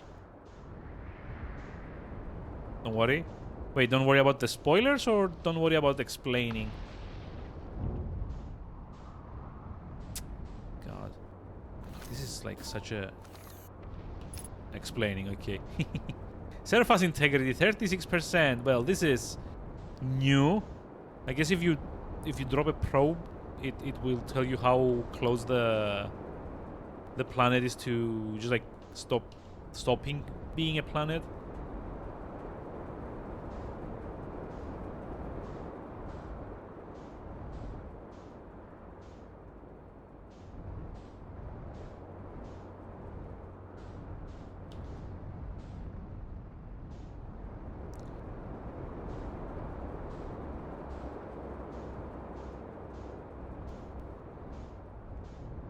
Yeah, see, this is like what happened to me before. See that? That used to be the surface of the planet. Now it's just not. It also kind of looks like the black hole is kind of expanding. Can I? Come on. Bit more.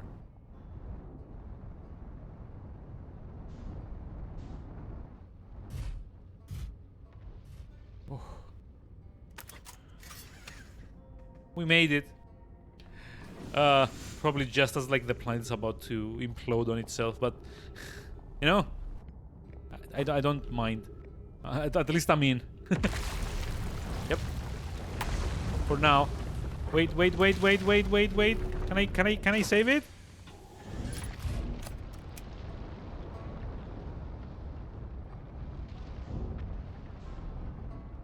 Oh no. Aft hull damaged.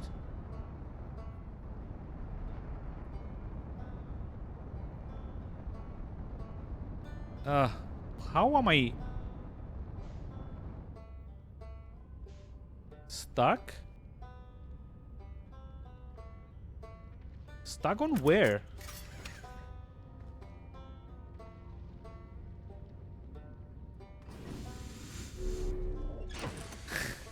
Okay.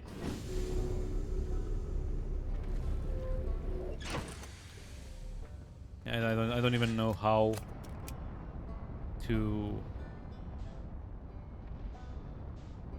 wedge myself free of this.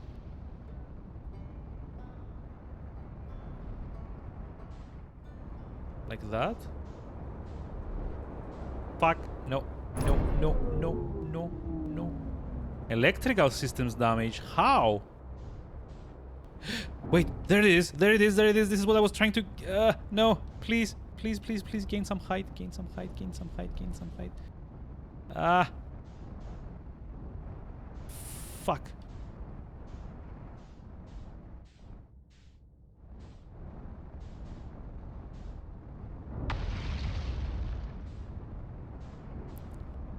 Come on. We can do this.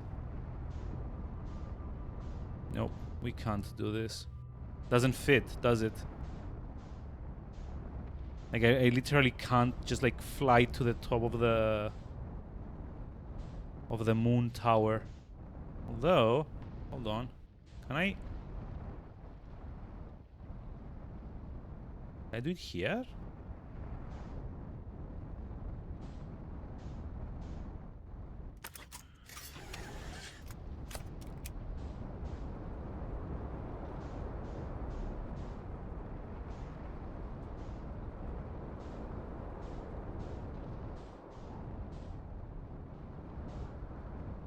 Yeah, this is like the top of it. How do I get into the quantum tower?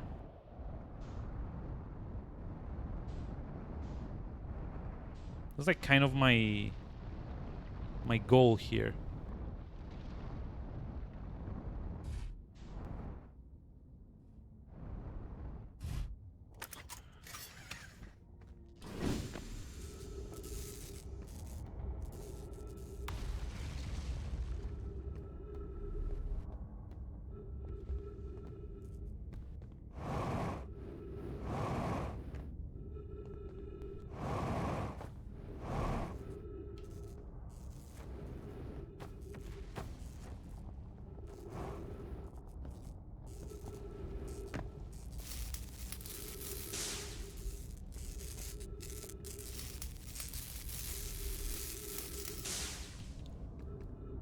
Okay.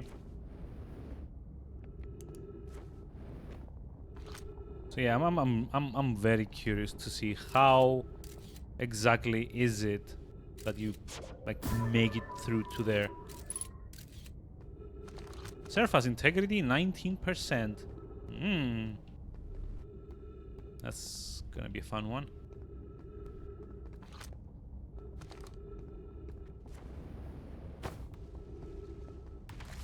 Now, yeah, I'm pretty sure the way to like figure out how to get into the how to get to land on the quantum moon is by going into this tower, but I really can't see the way to do that. Just like so weird.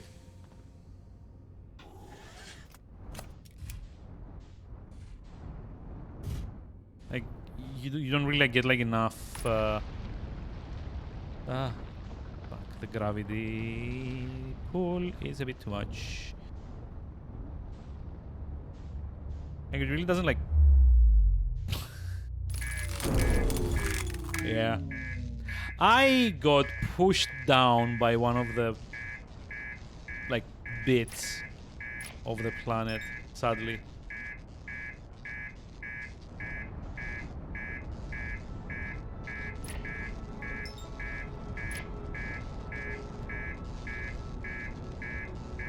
Which bit though? Well, the big heavy bit that hit me from above. So you know what? Before I die, which is probably not gonna be long, I'm gonna try and like landing on this guy. Nope, I'm not.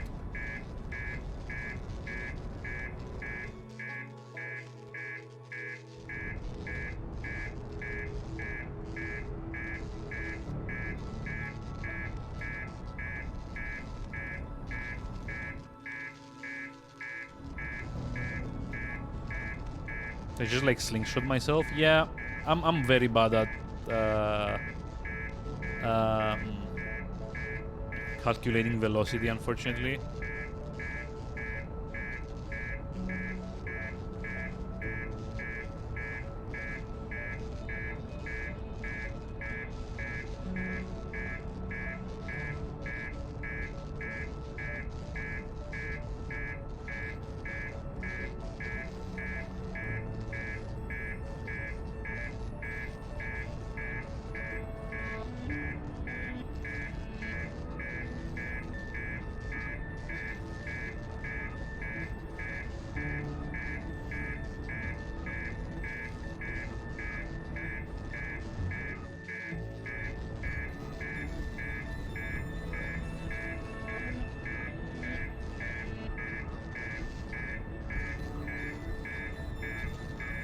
Yeah, I'm like so bad at this.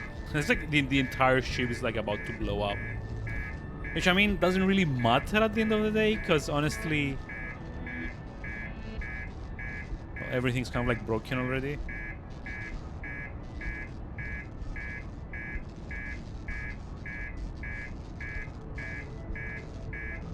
Need some Kerbal courses, I guess.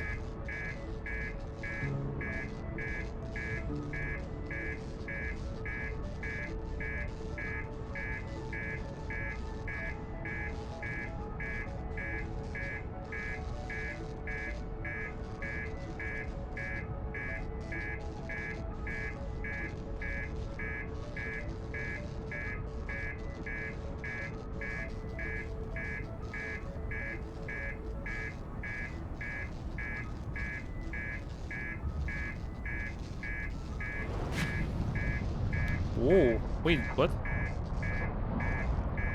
What is this planet?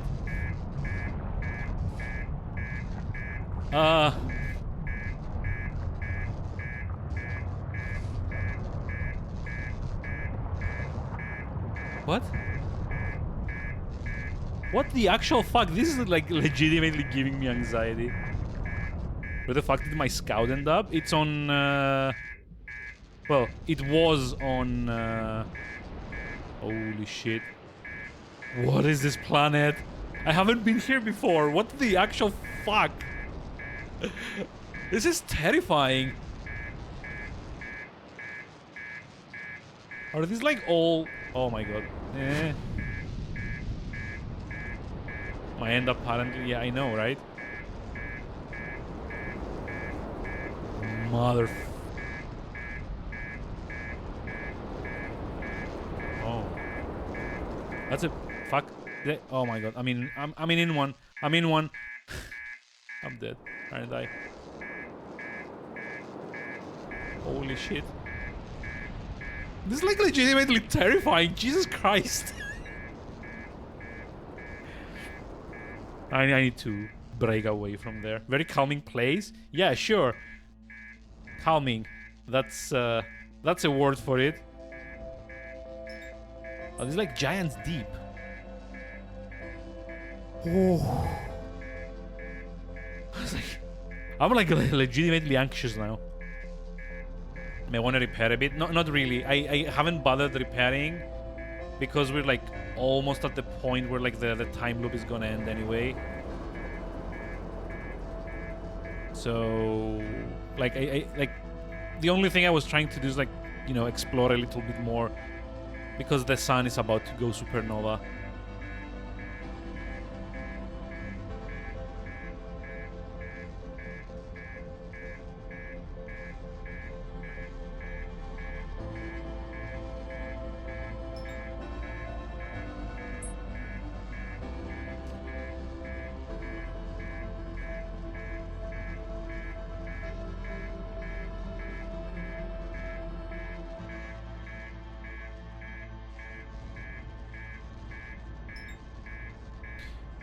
Okay, that's like the water planet's moon, right?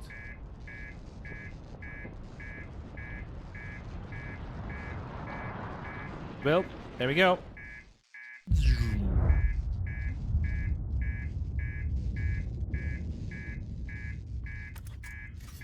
And that's about it. It was nice knowing you.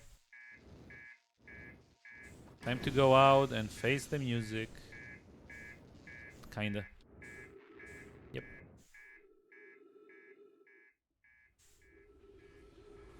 There goes Dark Bramble, there goes Giant's Deep. And there we go.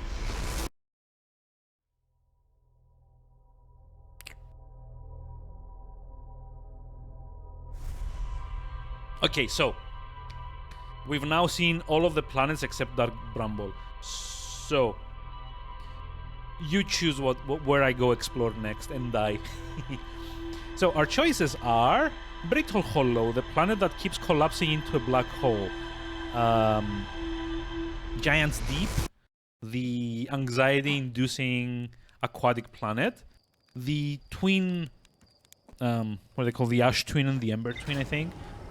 The binary system flying around the sun. Or, like, what's the other one? Actually, is there, like, another one? I think that's all of them. Right?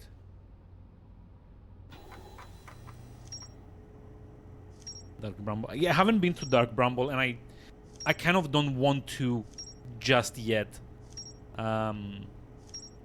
Which is why I'm not, like, putting that out as an option. There's, like, so many things that I discovered, isn't it?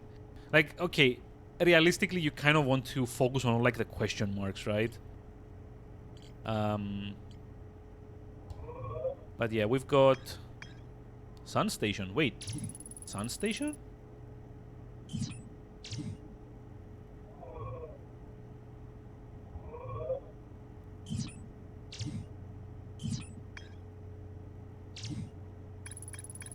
Oh. Mark location on HUD. Oh, nice. You've read about it? Yeah, I've read about it, but I've not been there yet. So, this is like Dark Bramble, the Whitehall Station, the Interloper.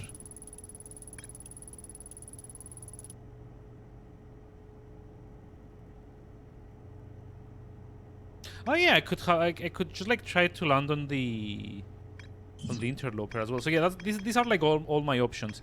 Ember and Ash Twin, Timberhearth and Utterlock. I don't think there's like anything left to like explore. We've got like Brittle Hollow, Quantum Moon.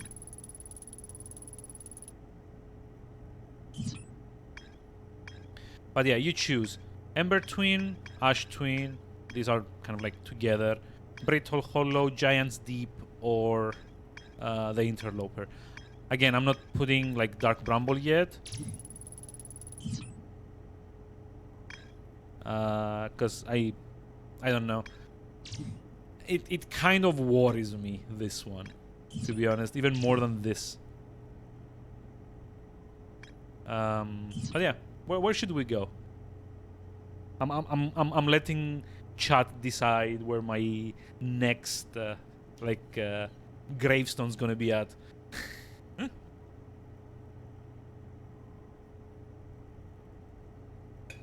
How about Giant's Deep for a change?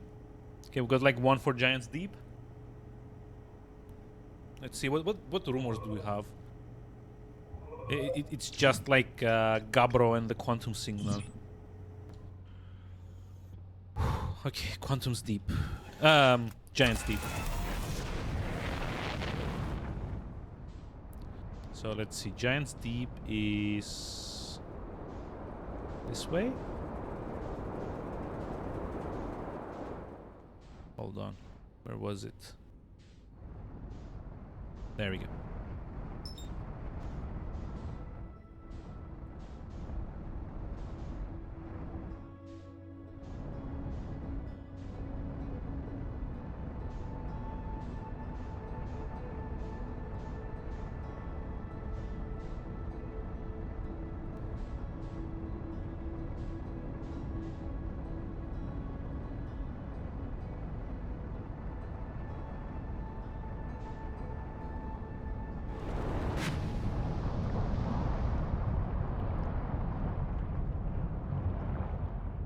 Okay, that's... This is like legitimately giving me anxiety, though. I think I'm like a bit like thalassophobic. In that like very deep bodies of water get me like very anxious. And honestly, like the big tornado doesn't really help either. Oh, hold on, there's like an island here. Just like land. Come on. The one planet you don't have to land. Yeah. Jesus. Like this is like again legitimately inducing anxiety. Ghost matter detected nearby. Oh, and there's like a distress beacon. Oh, there is, like, on the other side of it.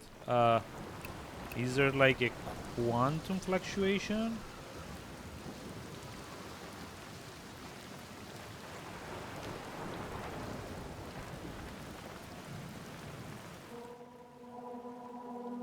Oh, wait. It's, like, on the inside. Oh, wait.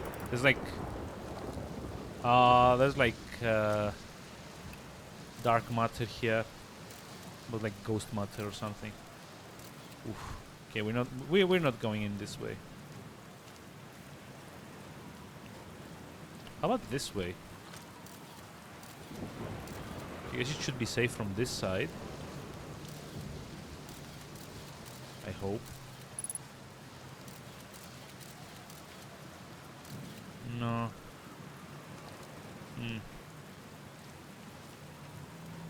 Oh, hello.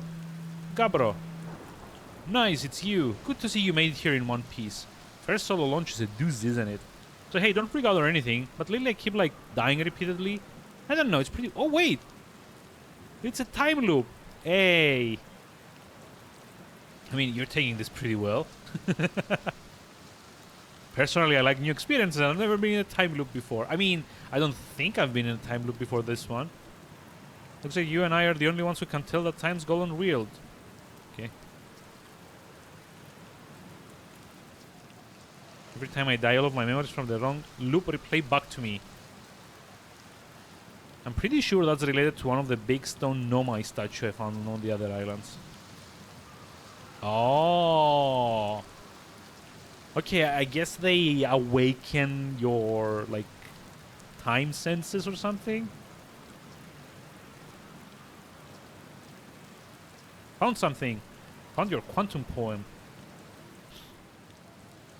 It works out to a good 24 poems. Wait, that's the guy that wrote the thing in the grove. So it's not actually like a puzzle. God damn it. I spent like ages going around there.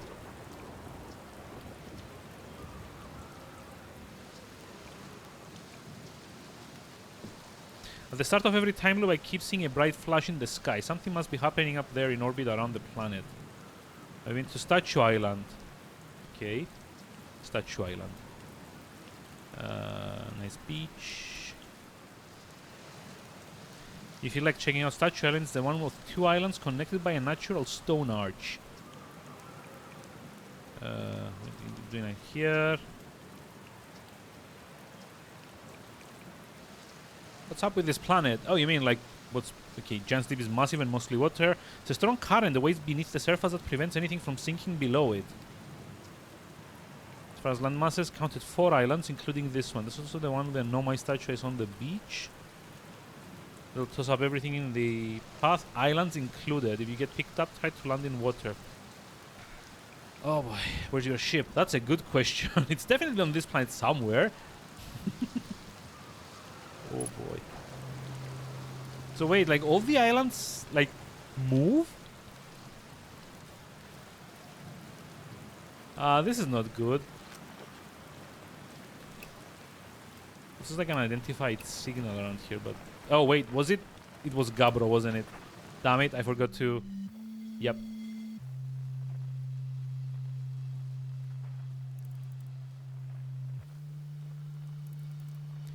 It's Gabbro. Why didn't it register though?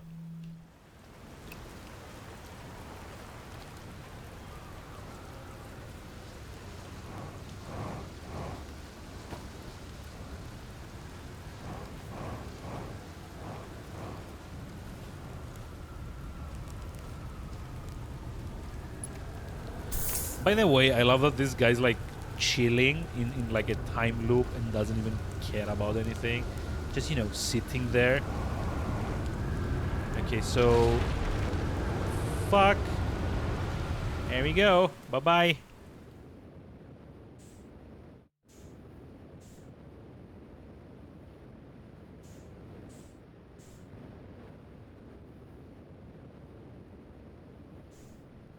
Come on. Yeah, we got launched up by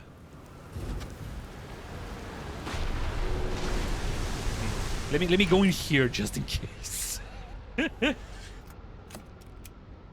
In some piece of dialogue, he complains that the loop started because he's at the hammock. That's a good one. So my problem here is that because this planet is so massive, it's like 2 times the gravity, which makes it very hard to kind of like navigate. And also my jetpack doesn't really work here. Okay, wait, this is like the Statue Island, right? Let's see.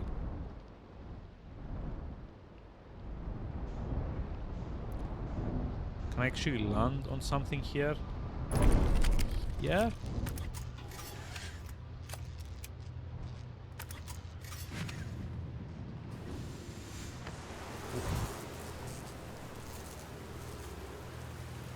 This is like such a fucked up planet.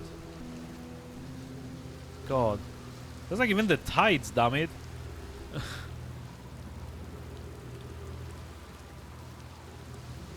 Like, these are islands. They're not supposed to sink.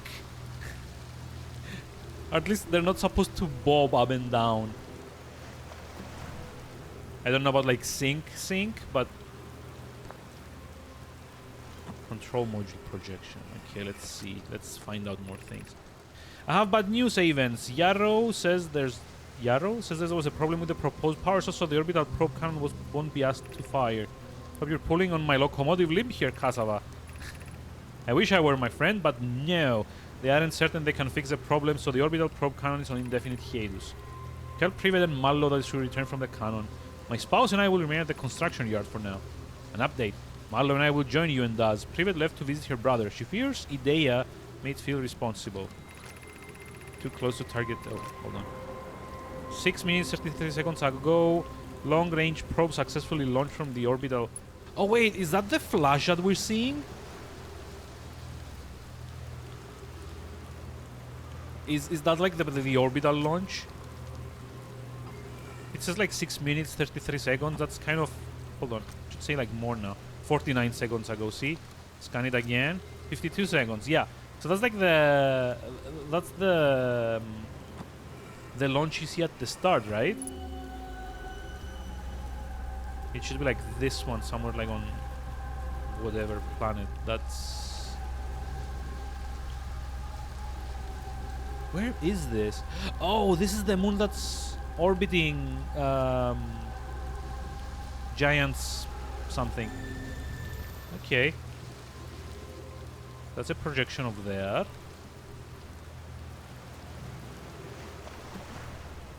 My ship, meanwhile, is having the time of its life. And probably like the last time of its life as well. What the? Oh. Glitchy. But that's fine. Let's see. What else can we learn? This is it. We finished building the final orbital probe cannon module and are ready to send it into orbit around Giants Deep for assembly. Our next step will be to send Privet up to the orbital probe cannon to install the probe tracking system. To all my friends here at the construction yard, my gratitude for your tireless work, okay? You're going gelatinos on us, love? Yeah. If I'm ever half as gooey as Marlow and Avens behave together, Daz, you may launch me from the orbital probe cannon. Okay. Let's keep Marlow. Okay. That's just confirming what I was saying.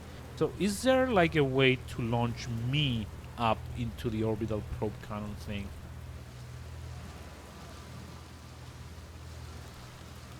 Is it like a teleporter or something? Oh. Wait.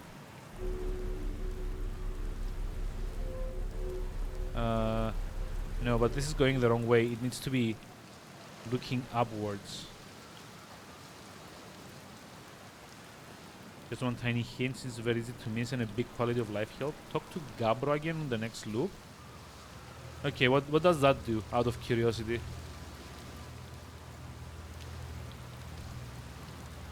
Also, I trust you enough to give me hints, so you don't really have to worry about that, if I'm being honest.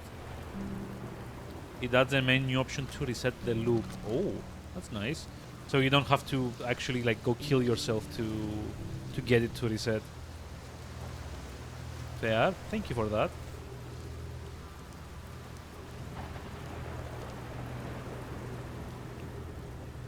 Where do we go now? There's like that platform over there that I haven't been to yet.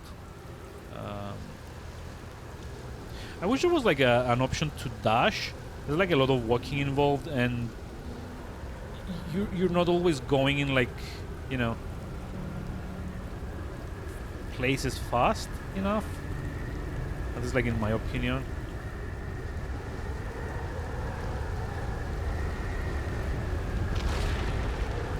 Jesus Christ, oh my god. Oh my god, oh my god, oh my god, oh my god. Did I get launched into space? I did, didn't I? We're in space now.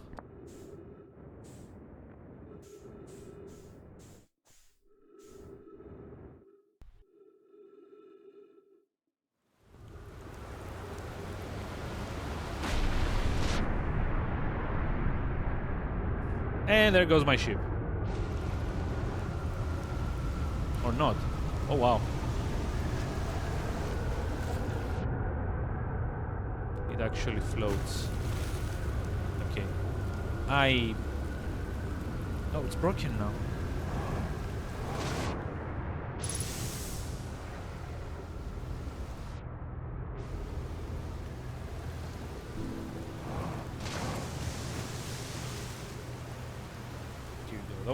This planet is terrifying. Sorry about that. But yeah, this planet is something. Also, I just realized the thing that I need to access this is on the other side.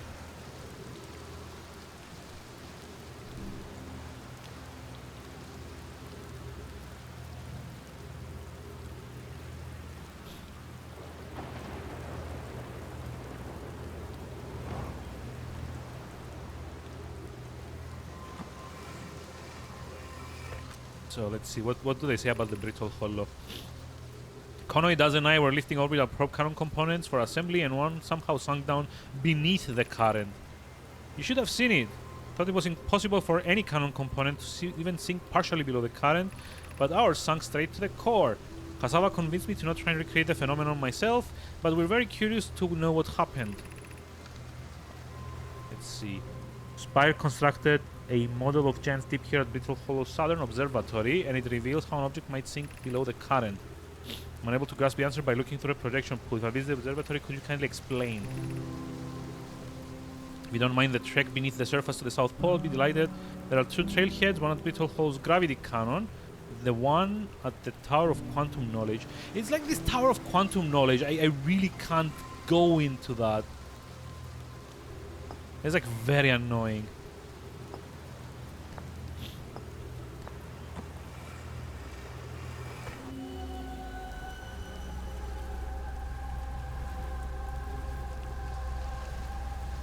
Oh, wait, this must be inside the dome on the underside of Brittle Hollow. Okay. I mean, okay, let me see something here. How much time since the loop started? 12 minutes. So we've got like maybe 10 minutes to... Oh my god. 10 minutes to try and like repair the ship. And also... Oh, the autopilot is damaged. Let's see, 10 minutes to repair the ship and also try and maybe like explore another island. So this... Oh, it's not. Wait, it is? I think this is the island with Gabra on it. If, I mean, he's still... here? Jesus Christ. I don't know, is he still here? Might as well just like fix the autopilot if I can.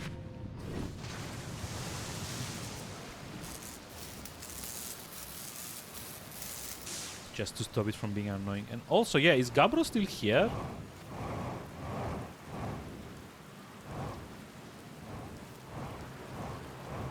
Well, considering the island got launched up into space, This guy's like unflappable, isn't he?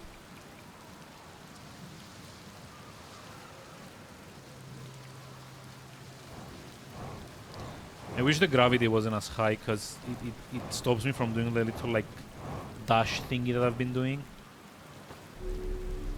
Oh boy. Okay, let's see.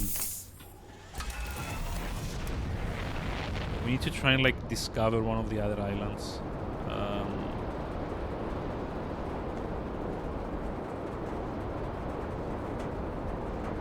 Oh, wait, hold on. Is this it? No, this is the... This is like the observatory island, I guess. Oh, there we go. Is this the beach one that the guy was talking about? Yep. And there also seems to be a teleport here. Like the one from like the... what's it called? The White Hole station to Brittle Hollow.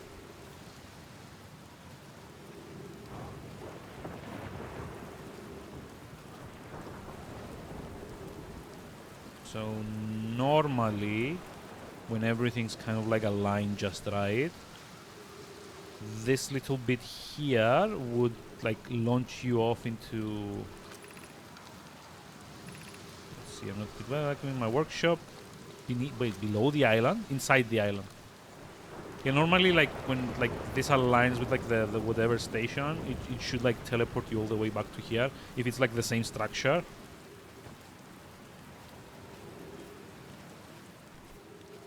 Okay, now I need to try and like figure out how to get inside the island. Oh, there's trees. There's like the arch that we're talking about. I wonder what these platforms are. Like maybe it's something to do that when the islands get lifted by the tornadoes. Let's see. I'm going to test the memory statues tonight. Flock says it could be dangerous, so I can't come. But what if we didn't use the door and snuck in the other way? Does anyone want to? I really want to see the test too, Lamy, but it's a huge risk to take. Flocks specifically told us not to do that.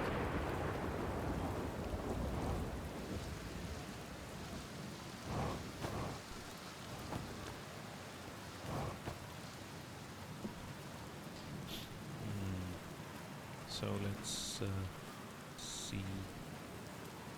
Oop, there's something down there. Oh! Hold on.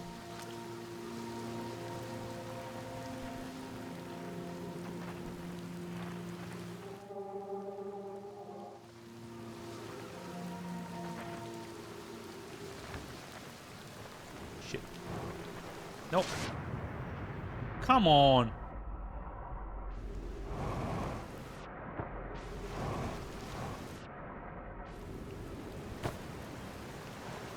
That was dumb. I mean, come on, I was there already.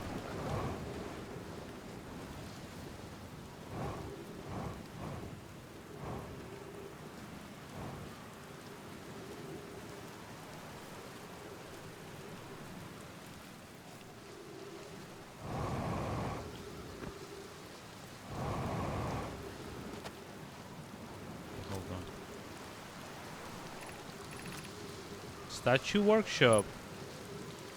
Oh, wait. The little ball bearing thing is missing. And I guess this is the eye that awoke Gabbro. I guess this means... what? Can't actually enter?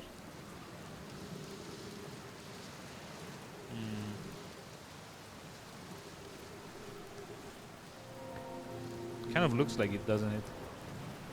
It's like broken down.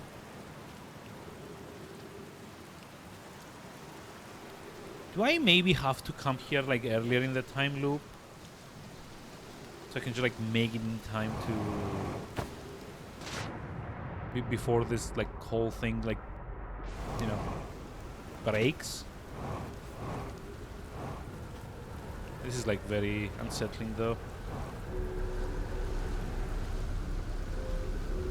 Oh, wait, you know, would this be like a good place to stand? I guess we're gonna find out.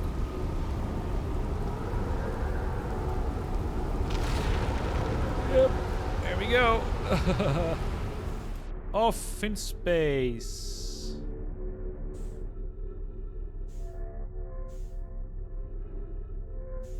Fuck my life. Wonder if I can just like risk it. Nope. Yeah, coming down again. It's not here.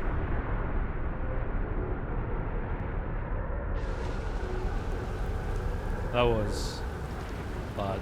But yeah, I guess you can use these things to kind of like stay in place when it like launches up.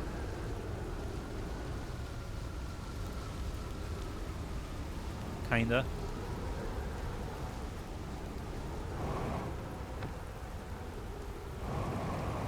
Like, there's not a lot to do though.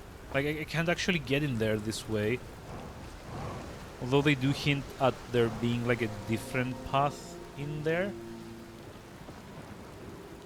But it's probably not gonna be something I can just, you know, jetpack my way to, because like the freaking 2 times gravity in this place isn't really, you know, very helpful in this aspect.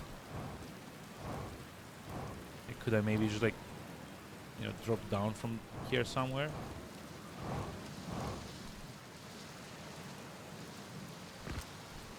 Like, yeah, see, there's like all those things down there, but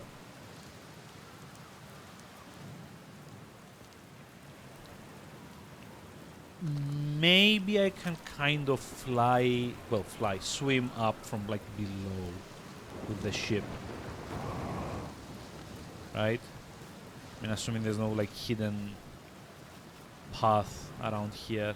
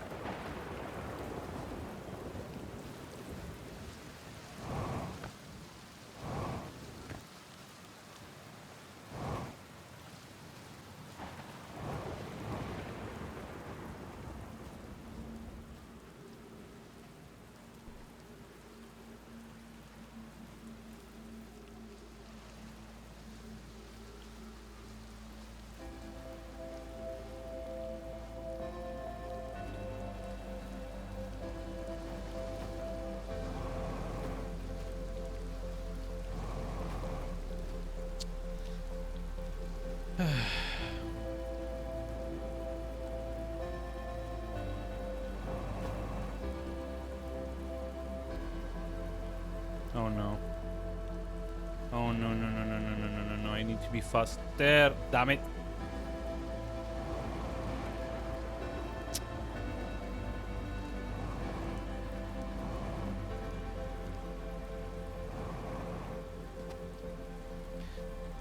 Guess I'm walking around. Stupid gravity.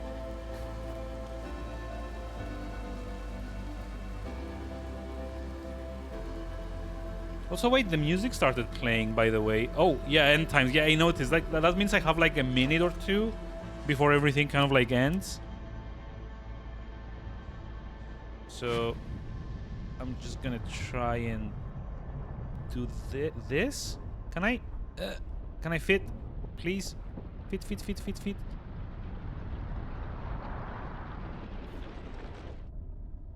Hey! We made it. And I think just in time to... I think I just heard the universe explode, by the way. I've got like a few milliseconds before everything ends. Yep. Oh, here comes the rumble. Yep, there we go. The music that plays whenever you get somewhere important. Yeah, the final minute of the universe, I guess. Okay, at least now I know like a little bit of like where to focus with like the laboratory island. Or like the workshop island, I guess.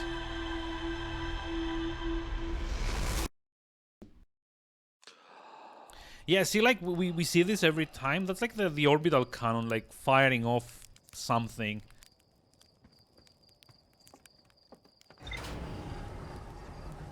So there's that.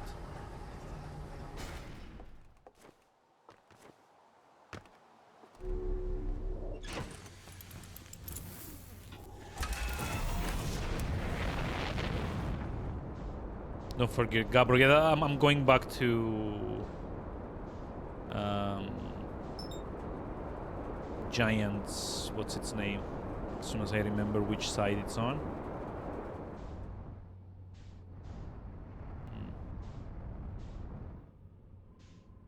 Should be that way, right?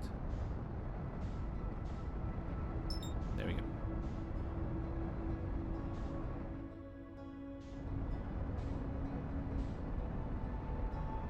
I want to try something actually. I don't know. Can you like get like enough velocity to just like punch through the currents? That's like right there. 23 kilometers of acceleration might do it. Wait, 30? Really?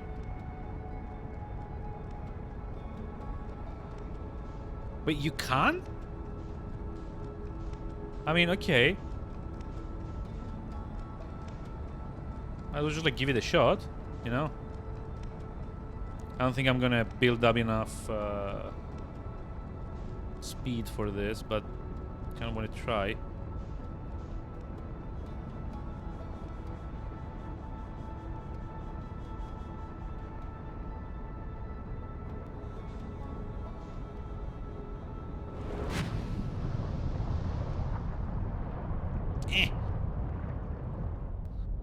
Close but no cigar. Okay, let's go find Gabbro. What? Wait a minute, what's this? I've not been here before. Hold on, before we go even more. So I think these are actually like landing pads. Like they're meant to pull down your ship so it doesn't like get blown off. Oh. Oh, this is the what's it called? I've been here. This is like the little like cylinder island thing. Okay. Sure. Let me go find like a different island though. So broadly speaking, even more you think? Okay, broadly speaking, yeah, there we go. This is Gabbro's island. There's like the little plume of smoke as well.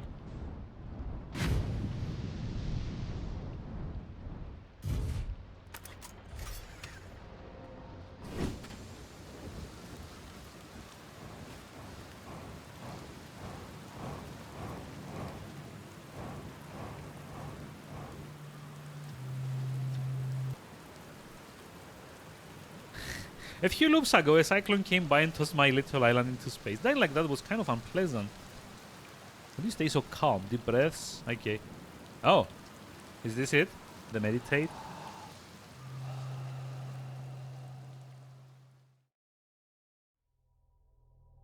Please tell me this. Oh my god, is this really gonna... I mean, I'm all for quality of life, but now I have to like come back to this planet again. Also, is it me or did this time the orbital cannon shoot it off in like a different direction? Because I could have sworn it was always on the left, but this time it shot it on the right. What a weird thing.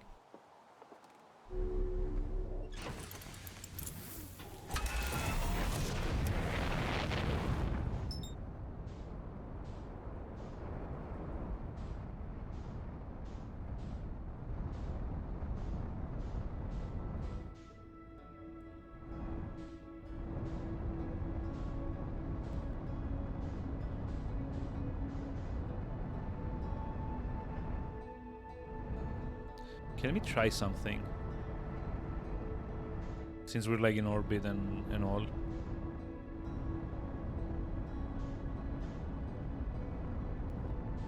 Oh, the orbital cannon explodes. So it's not actually...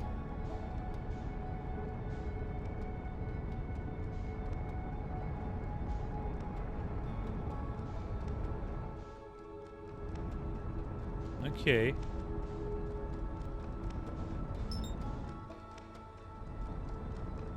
Let me try and match the velocity.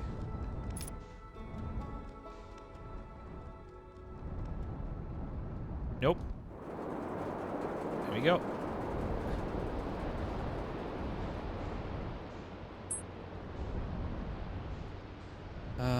So let's see. Last time I had to kind of like drop a bit below the surface. Try and... Oh, come on!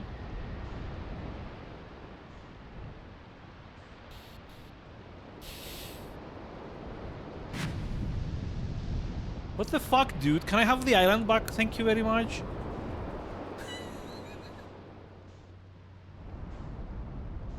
Where the fuck did that island go? Oh. Nope. Nope, nope, nope, nope, nope. Never mind. Never mind. Don't care much about Giga Tornado there. I ran into the best coincidences? No, I don't! Like, I literally don't know what the freaking... Oh. Okay, there goes... Wait, was that the second time it picked up the same island?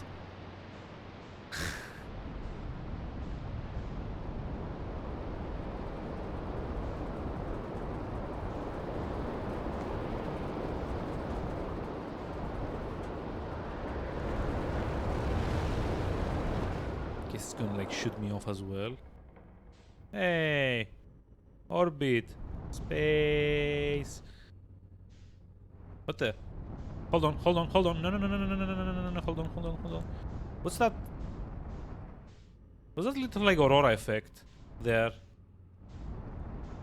Oh, it's just like the planets. Wait, is that like a...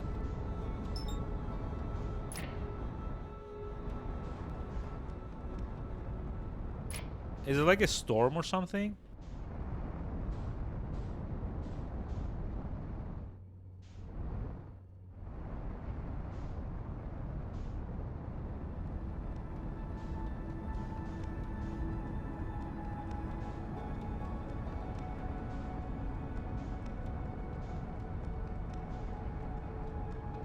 Just like much velocity here.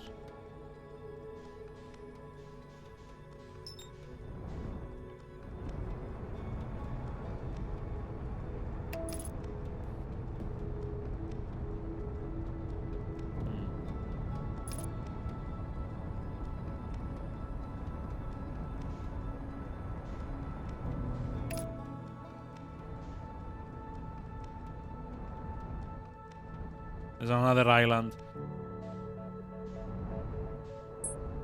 Oh, what? Wait, what? Did it just like fall through? What was that?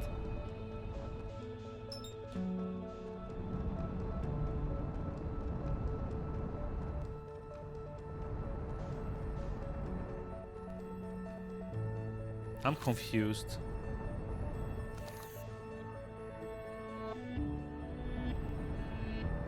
Oh, was that the quantum moon? Okay. Oh. Yeah, I hadn't actually, you know, realized.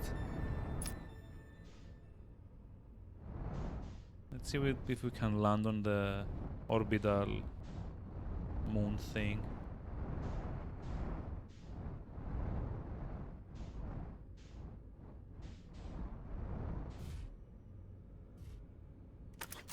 Okay.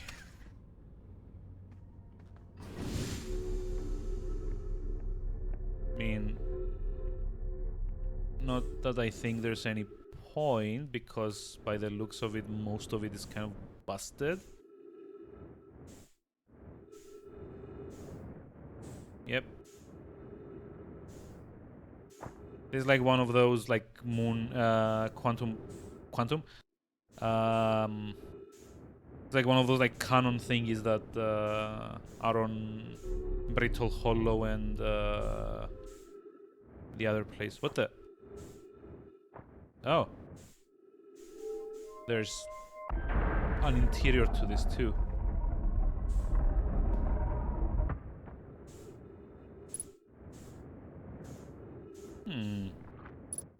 Oh, is this where the like the escape pods started from? Probe tracking module. Hold on. Control module. What's this? Launch module. I think we need to go for like the probe tracking one because it doesn't seem like anything else is, you know, functional or anything.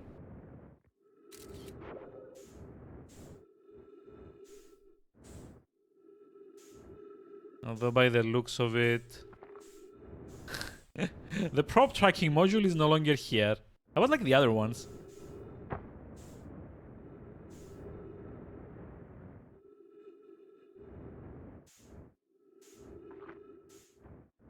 Okay, this one's inaccessible. Oh. Okay, it's like a crack on the outside that we can maybe get through. And that leaves the launch module, which I guess is like the only functional one. Okay, let's see. Hey! Music! There's actual music here, nice. What the f... That's a mean trick to play there. Okay, this is like the launch part of the... I guess it's like where they control the launch of the...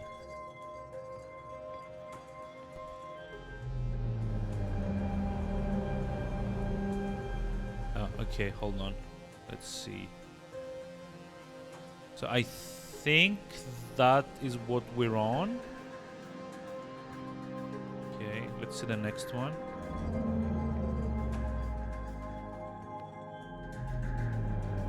Oh wait, this is like different configurations?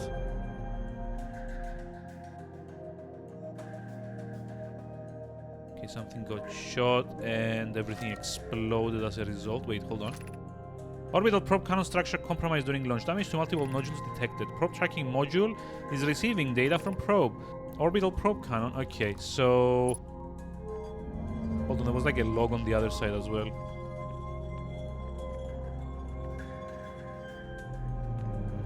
So I think we're supposed to go find the probe module that exploded and got blasted off. Let's see. 9 minutes 13 seconds ago, request to launch probe received from Arch Project Twin. Cannon aligned with randomly selected probe trajectory. Gravity field. Okay. Oh, it's random. Oh, so that's why every time it's like shot off in like a different direction. Cool. Okay, and what happens next? Let's see. This is... I think what remains... Like, it's like the structure we're on at the moment. Severe structural stress detected. Assessing damage to modules. Control module intact. Launch module. Viewport window fractured. Okay. Probe tracking module missing. Yay. It's okay, let's see.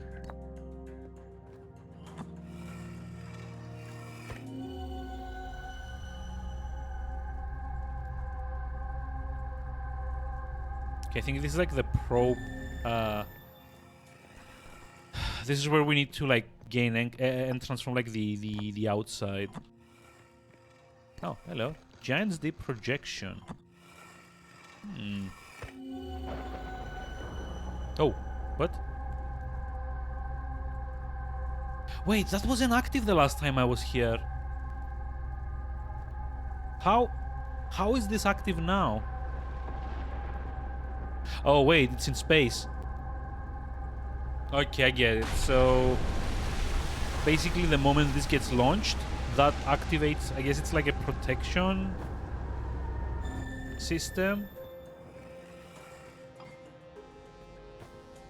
Like it lets you survive the up and down parts. Marlo, my better 50%. Cassava is sending the last of the cannon components. Soon we'll know the eye's precise location. Cassava tells me he's at the construction yard. Oh, he and the construction yard crew have determined a power setting we are not under any circumstances to go above. I see. Okay.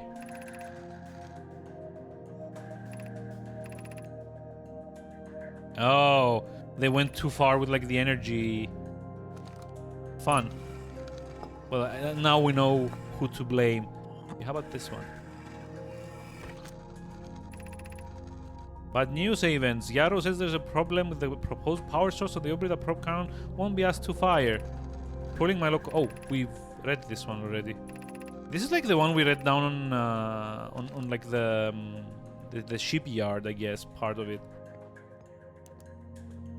So is like anything else around here, or am I like safe to leave? I think I still have like a few more minutes before. Oh, damn. Yeah, I think I still have like a few more minutes before the what's it called? Before the universe ends again. Or it's like the solar system. So this time I need to try and gain entry from the outside, and to do that I think I probably need like launch the scout to there so that I get like a nice little waypoint to do whatever it is that I need to do.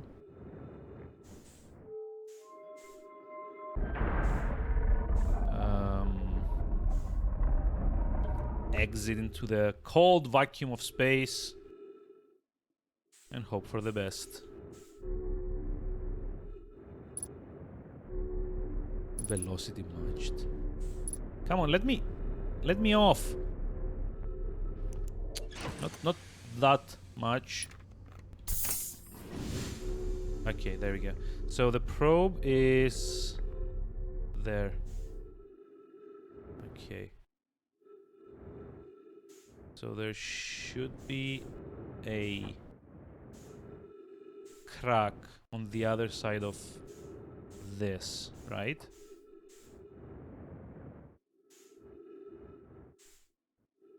There we go. There we go. Hey! We got in. There's like a gravity floor here too. Nice. No oxygen though, so can't stay here forever. Let's see. Probe tracking module projection. Imagine Privet. The probe tracking module refers to know the corridors of the eye of the universe. Honored and terrified. You will not set the orbital probe count to use so much power that it breaks, will you? Fret not, my nervous friend. We only need to fire the probe once anyway, so who minds if it compromises? Oh no. Yep, someone done fucked up. So where's the probe tracking module? Oh, wait. Wait, is it under? Oh, it's under the surface of the giant. Oof. Okay.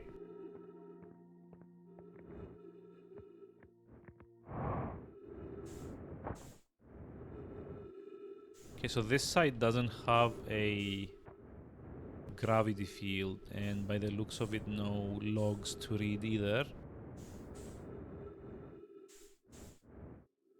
I guess this is it? You can't actually exit through here, so out the crack and off we go, I guess.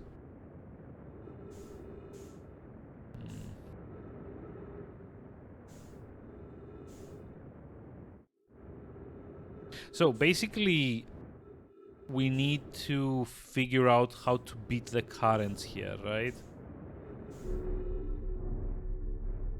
In order to get to the core of the what's its name? The giant what's it called? Giant's Deep, right? I think that's like the objective here.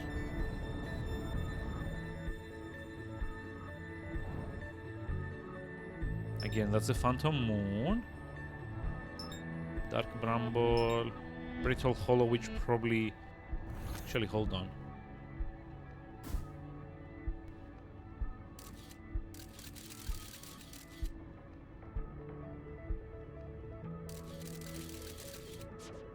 Yeah, I kind of wanted to like shoot a probe there to just, like see what the structural integrity is like.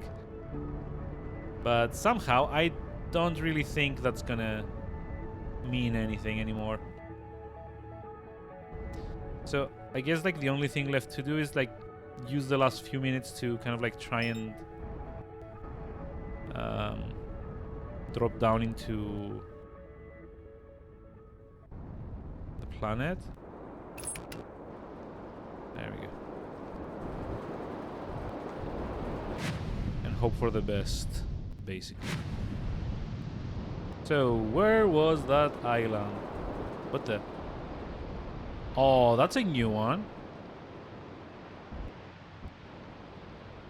I don't like this. I'm gonna have to check it out anyway.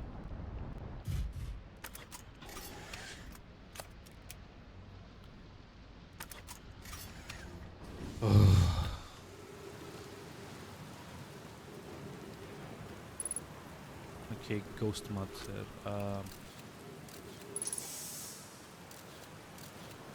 It's like that way. So, what here?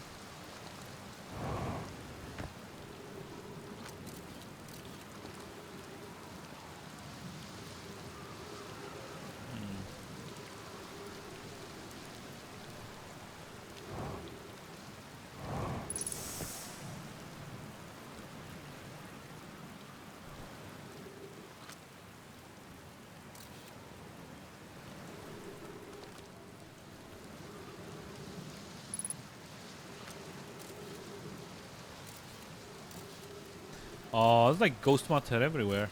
How about like this side?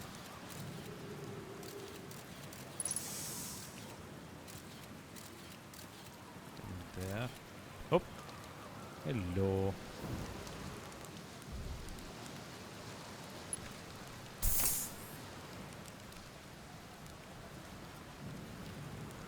What the actual fuck is this?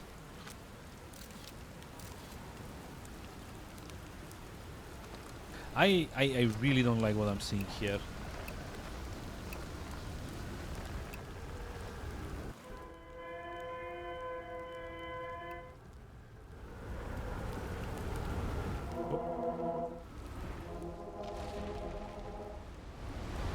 Oh no.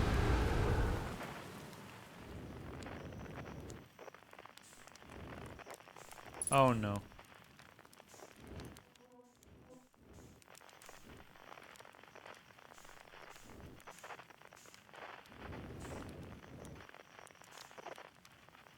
We're going down. Stuck. I'm stuck. I am very much stuck. I'm stuck like on like a free fall, I think, because the game thinks I'm like falling. Actually, just like wedged into the. Oh, there we go. Okay, never mind. But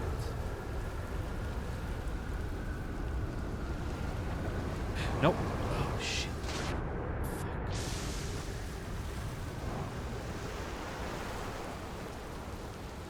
What are these things? They're like disgusting.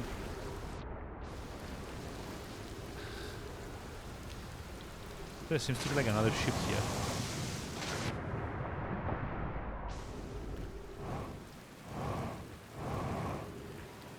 Let's see. I think this might be Gabro's ship. Probably.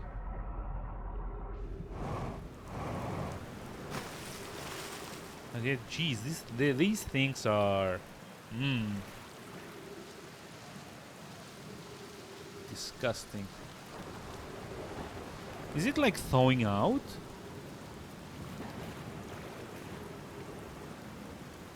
It kind of looks like very, very slowly it's like shrinking.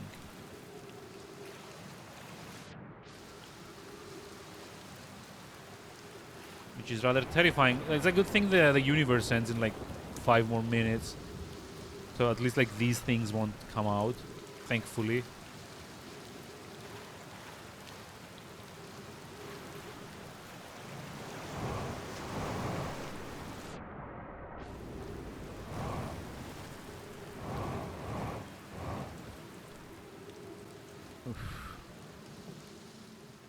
Gross.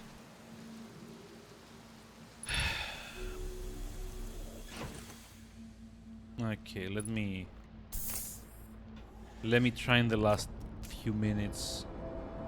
Oh, music. Nope. Time's over. Shame.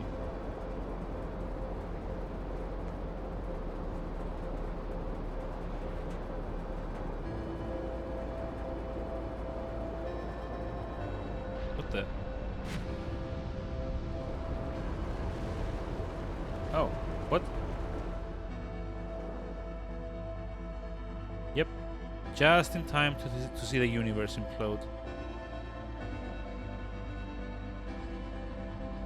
And then explode, I guess. Let me...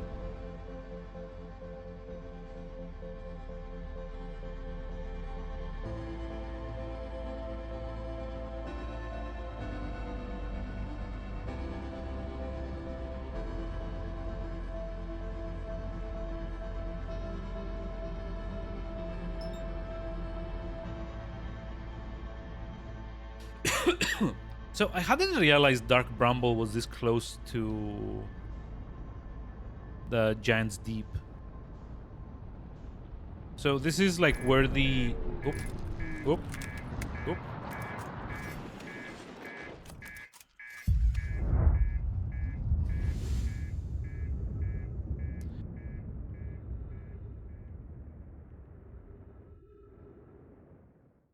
What?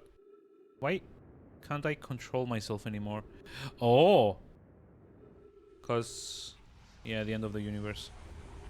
Bye-bye. Nice knowing you.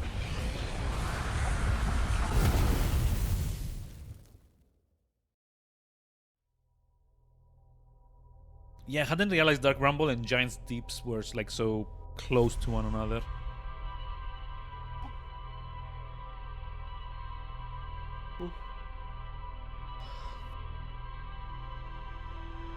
But yeah, I still need to be able to get into that freaking island.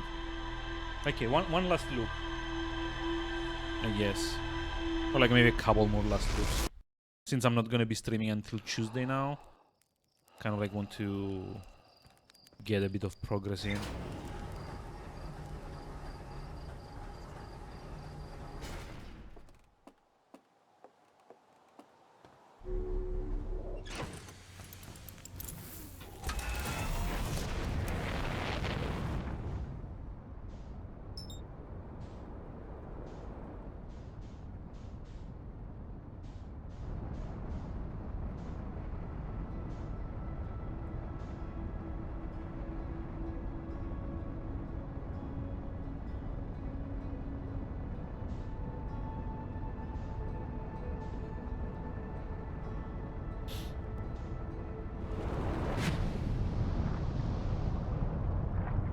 Oh, okay. We're like close to one of the islands, but which one? No, wait. This is like Gabros Island. Never mind. This is like the weird like bramble thing. Terrifying, by the way. So that means we need to go like somewhere like this way. Oh, wait. No, this is like the Twin Arches Island. This is like where the... yeah. Where that is. Where's the other one? Did it get like flung off again? Or wait, is this it? Yeah, it's about to get flung off. Lovely. Can I just like... Okay. If it gets thrown off, at least I'm on it. Right? And like this thing is keeping me on. Hey, look, it's Dark Bramble in the distance. Imagine like having a planet where like all the islands get like thrown off into like low orbit every minute or 3. Okay, down we go. There we go.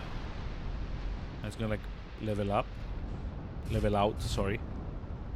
Now I can kind of try and get pushed. No, no, don't. Oh my god, what the fuck is that? That looks terrifying. Where's the island? Where's the island? Oh no. Come on. I only want to gain access to the laboratory. Hey, we made it.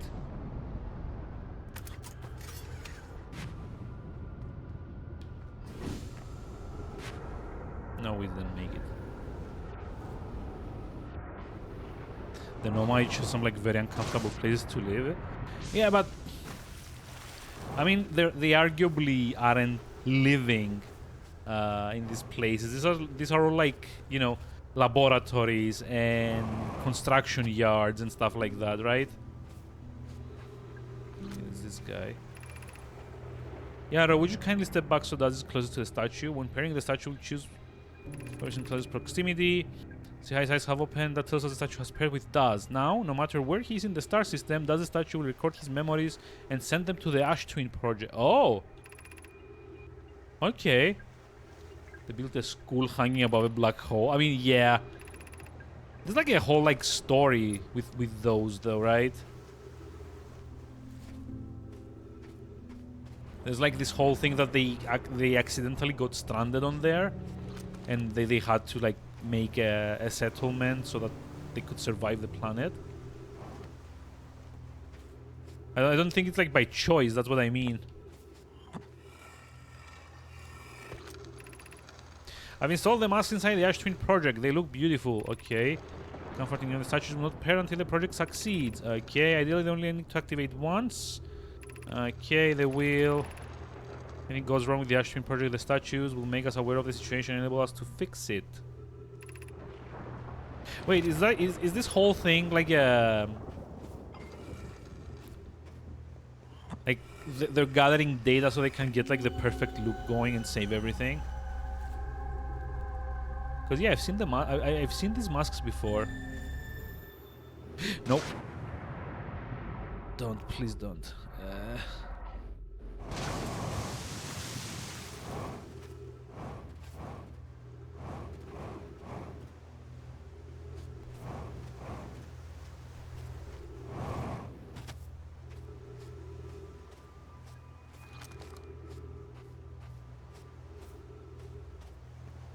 Okay, so I guess this is all for this place. It's kind of underwhelming though. You also see it every time. Oh yeah, you do. Like you get the loop through the eyes of the statue every time.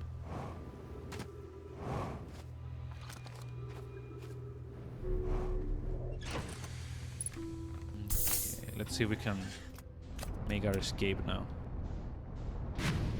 It's still kind of like early in the loop, right? So let's see.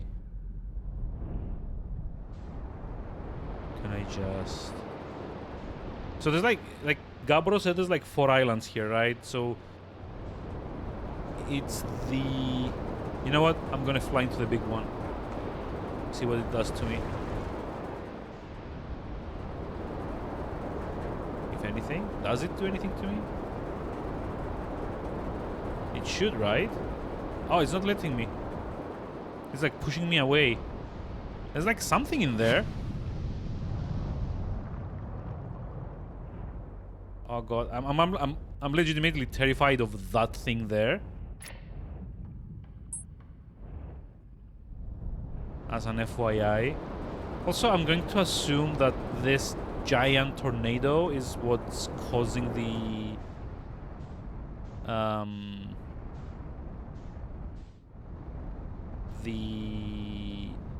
like the currents.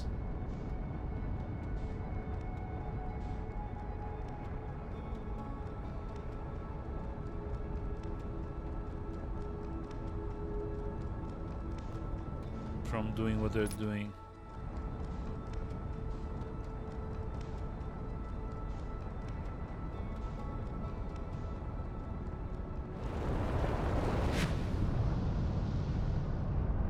Yeah, look at those things. They're like terrifying to me. Like this whole planet is like, what you call it, like nightmare fuel material.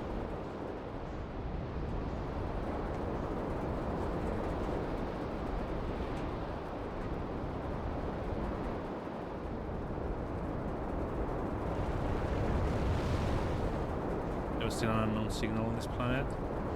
Oh yeah, there was. You're correct. Was it?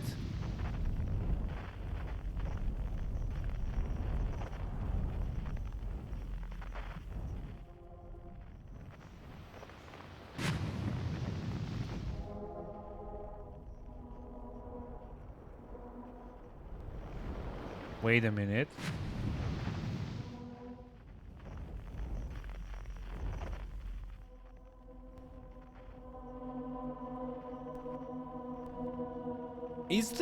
Is the moon rock in this planet inside the like the giant tornado? There's like a distress signal, I guess. Somewhere out there.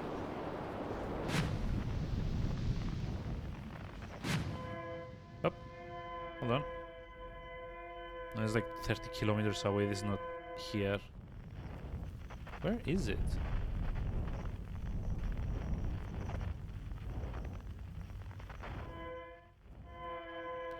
...20 kilometers away. Hold on.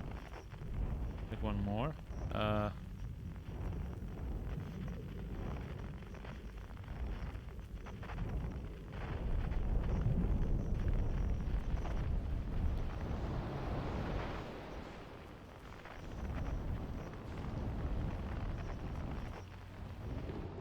Okay, what unknown signal was there? Like, wasn't that Gabbro?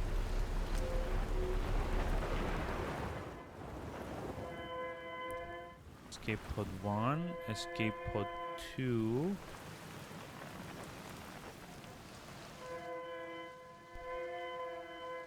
The quantum. Yeah, but I kind of feel that's like in the middle of the. It's like that way, right?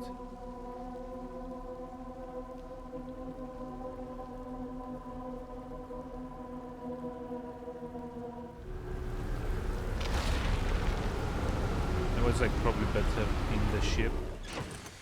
Although I believe we are being launched at the moment. So tough chance of that happening. Let me wait until we land.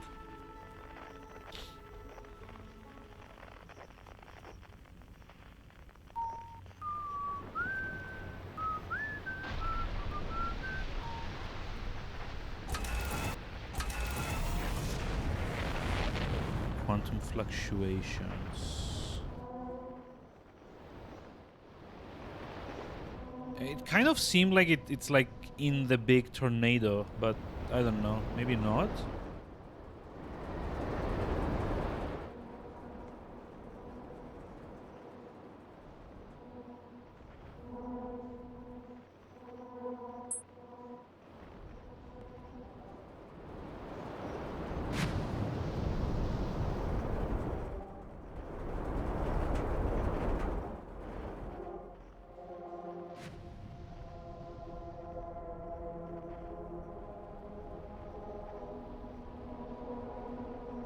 Yeah, see, it It looks like it's somewhere in there, but I can't actually get closer.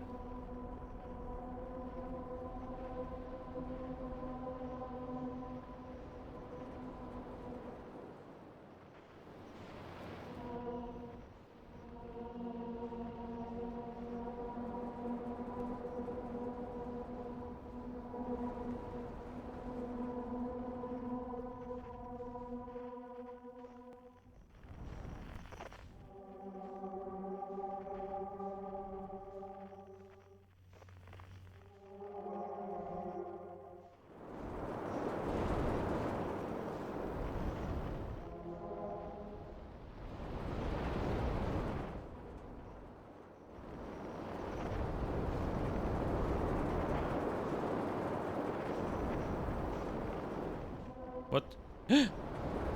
Oh, hey, we actually made it inside the giant tornado. This is terrifying and a bit impressive, but mostly terrifying. This is insane. Look at this.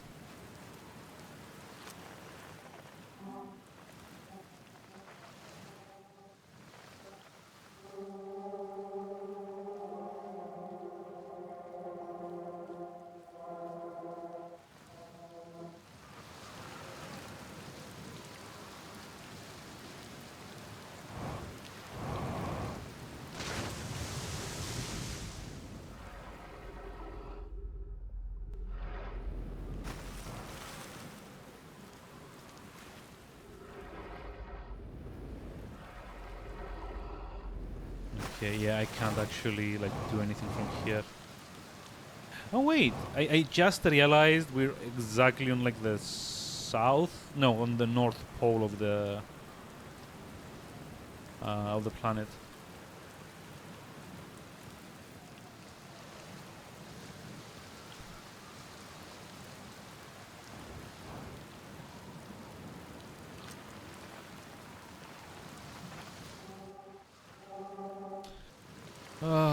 And we're getting closer.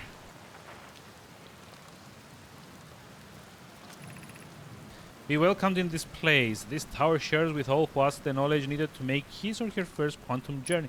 Oh! Wait, this is like also the quantum tower that I was trying to get into? It is. At least I think it is. There's like 2 quantum signals here. What the actual fuck? Enter this place without friends. However, these are lessons you learn for yourself. Okay.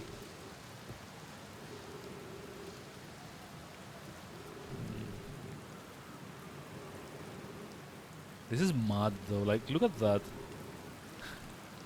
Hey, what you see in the distance is just that big tornado that I couldn't like break through.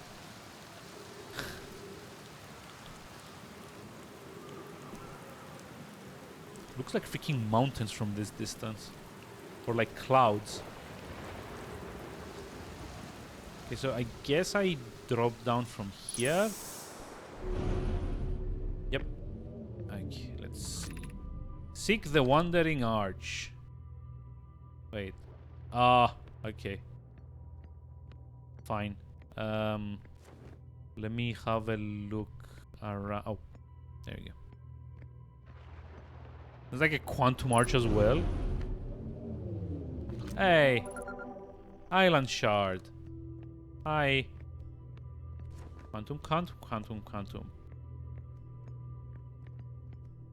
like drop down as well. Let's see. Observing a quantum object. Observing an image of a quantum object. These are the same. Oh. Fuck. I get it. Hold on. So basically now it can't move because I've got a picture of it.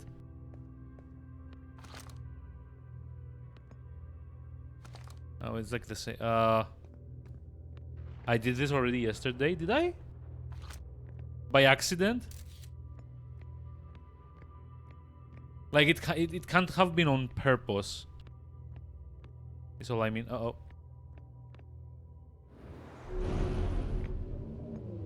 Okay, the universe is about to end. I should probably just like go a bit faster. Wait, hold on again. Did I do it on purpose? Oh, okay, hold on. The gravity thing is now...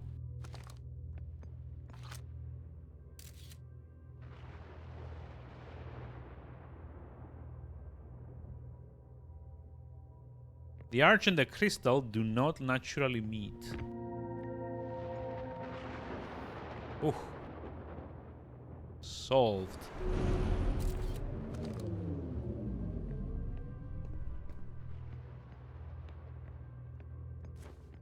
What did I do exactly? Because I don't remember, and I probably didn't even notice now that you kind of like mention it.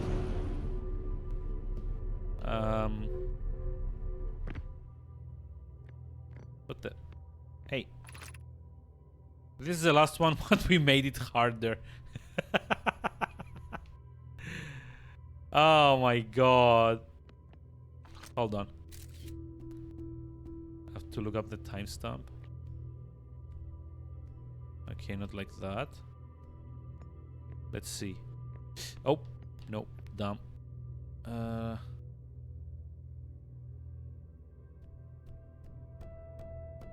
so normally take a picture of this.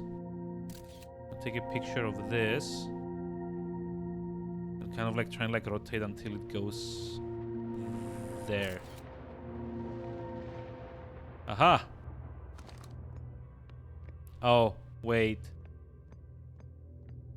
Please tell me I wasn't meant to like do this on the other side. Hey, there's like a quantum arch. Hold on. Ah! Aha!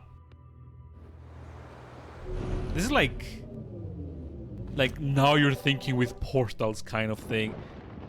I love this puzzle. This is like legitimately good stuff.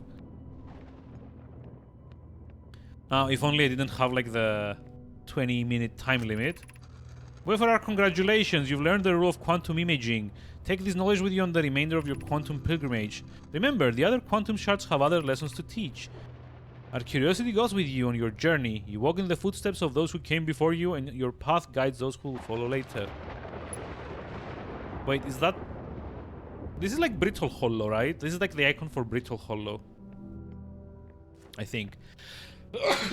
Sorry. Yup.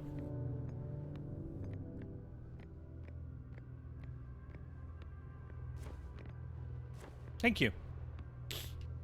Also, my apologies for that. I'm probably not handling the... Oh. Okay. There we go. Just blocking my path. Yeah, I know, right? The jerk.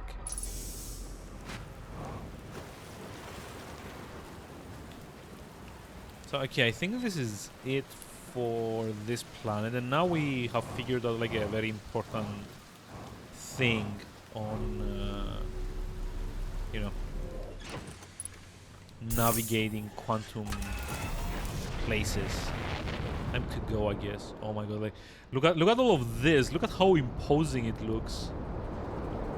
I'm also kind of like wondering, is there like something on top? Nah.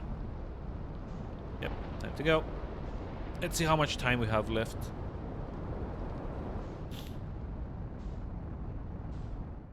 Okay, that's like Brittle Hollow there. Or no? Is that like the white hole?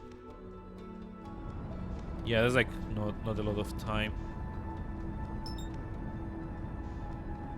I might actually try and like get on the interloper as it's like slings its way around the sun. Like I don't know if it's gonna make it because we're like late into the time cycle of this. Probably like a minute or two before explosion. Yep, there goes the... Got swallowed by the sun at the very end. It's like Brittle Hollow. Hollow's Lantern. Let's try like going to Hollow's Lantern, like just to get the scan of it on the map. If we make it in time.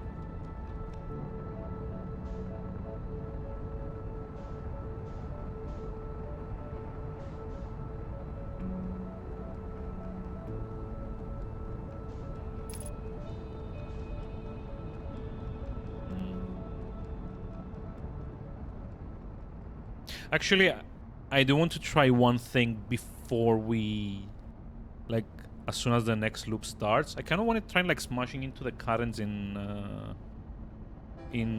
Giants something or another. Okay, there we go. Final minute.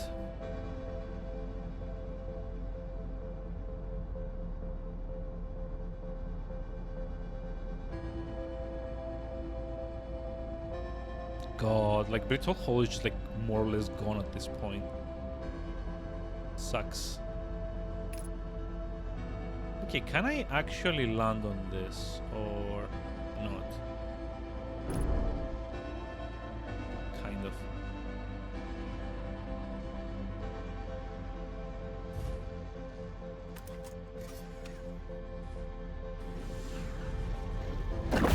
Nope. Just melt away.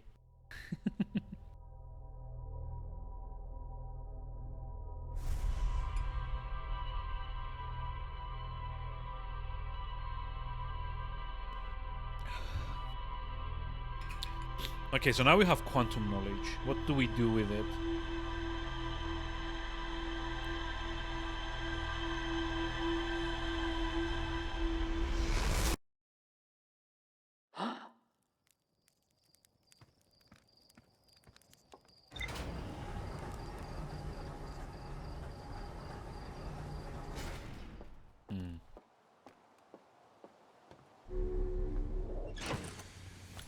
So how fast did I need to go to like smash through the like the giant deeps?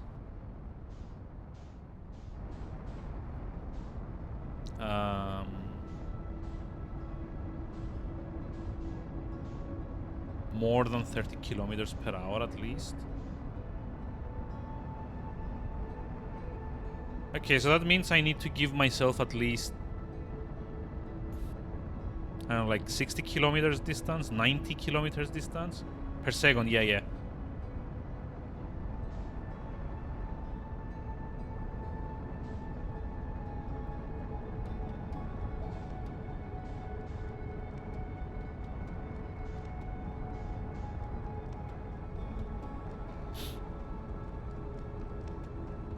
Oh, it's gonna be unmanageable to like get that distance going.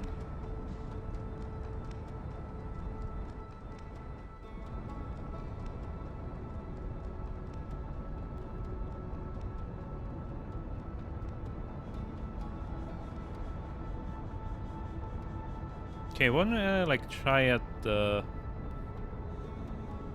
go at like 200 kilometers away. Still need to be able to kind of like try and like aim, right? Okay, to Hatton Orbital. Wait, what's Hatton Orbital? Okay, 200 kilometers.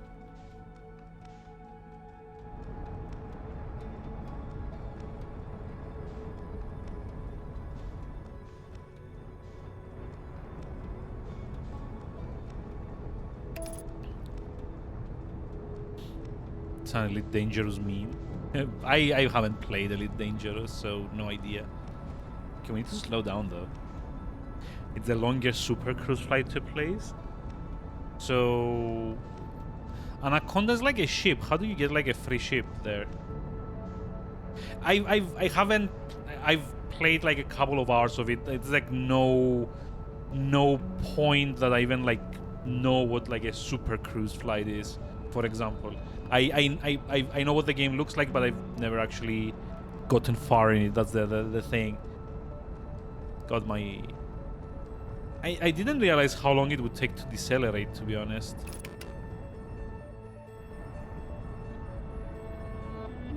Like 400 kilometers.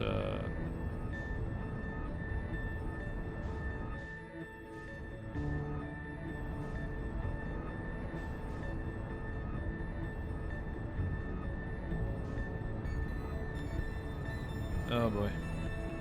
I don't know if it's gonna be enough to kind of like build up enough speed for this. Oh, okay, yeah, fair enough. Takes as long to decelerate as it took to accelerate. I mean, yeah, that makes sense. But I guess that at least gives me like a bit more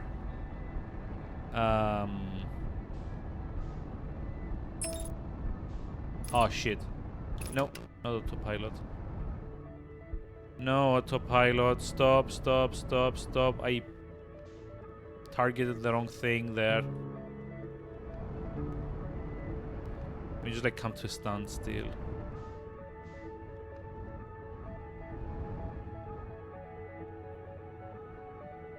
There we go. Yeah, I know, I can look from the map. That's why I was trying to like break there for a moment. Oh, it's like so many connections. Giant's Deep, right? But no. Okay, it's like log on there.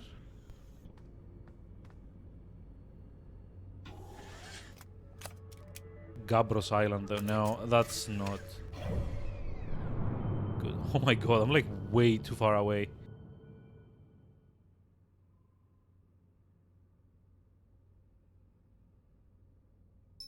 Okay, there we go.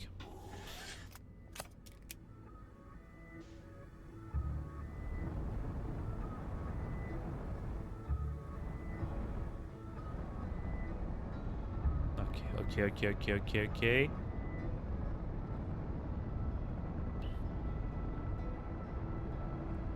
Just outside the bubble, if you recall correctly. Yeah, fair enough.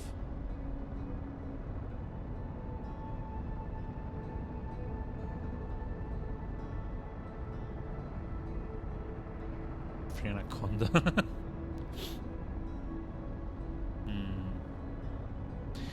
Okay, 1 kilometer per second. 2 kilometers per second.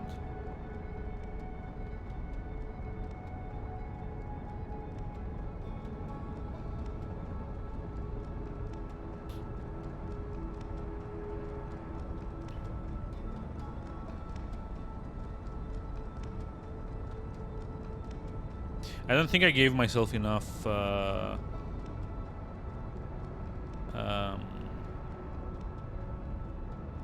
enough of like a head start.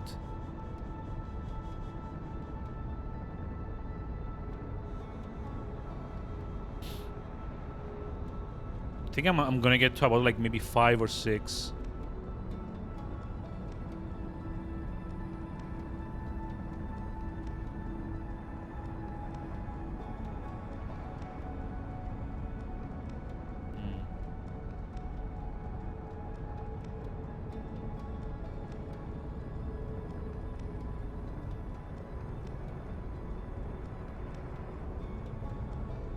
Should be able to use the autopilot as soon as... Oh yeah, you're right. Yeah, but it's already using the retro rockets. They have to like manually adjust for it. Oh, here comes 6 kilometers per second.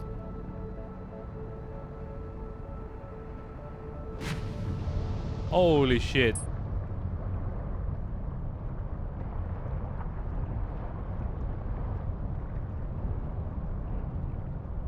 Yeah, like not enough. Oh, wait, what? Like under an island?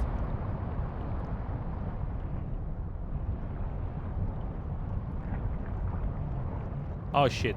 What's happening? I think I got stuck in the current on the island.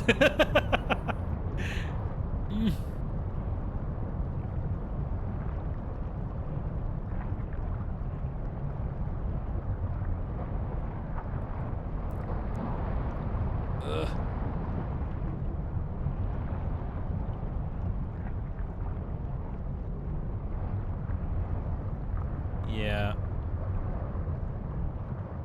Yep, we got pushed out. Well.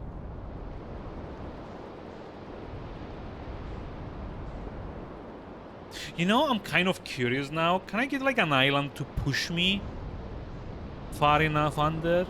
Like maybe if it's like falling from like orbit. Maybe it's not about velocity, it's like about mass. You know? Oh, I think this one's about to get flung off. Have your old man sleep. Enjoy the sleep, Goshin. Thanks for dropping by. I just like wedge myself like this, right? Just like pulls me off with it. I hope.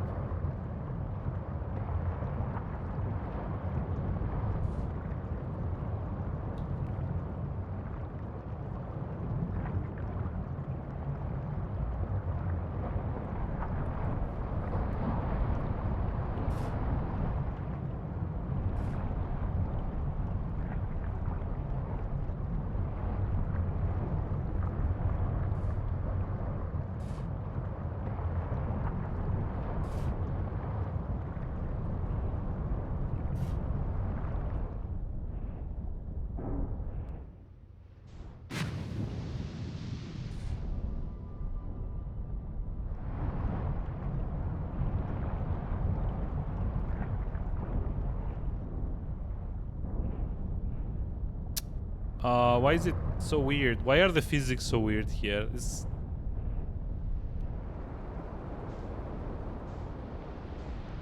kind of annoying.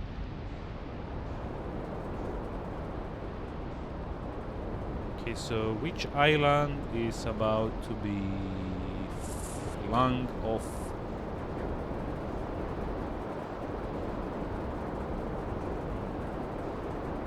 Nope.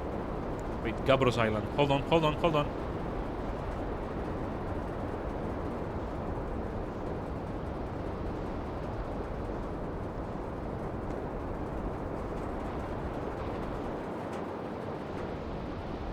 Nope. Overshot it again.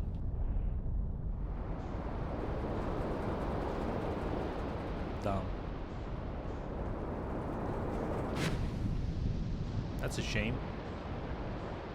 Or wait, is it now about to get flung off? Or no, it was. So maybe this one?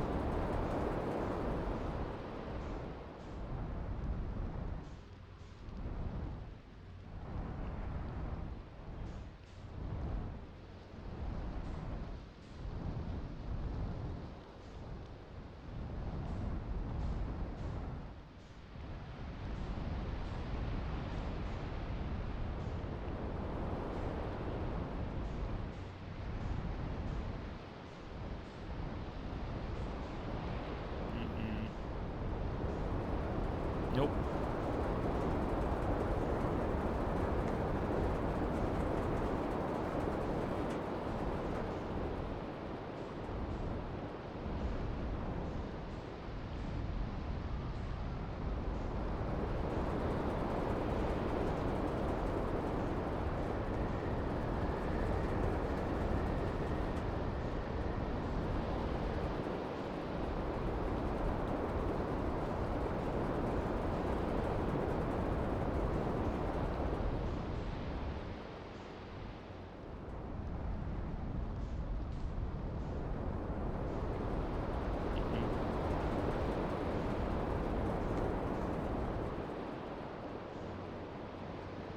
I assume the game figured out what I'm trying to do and is trying to stop me from doing it. I guess.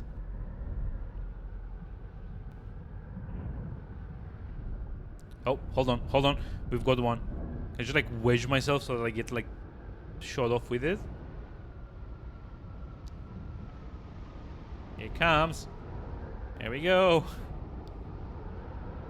Big air.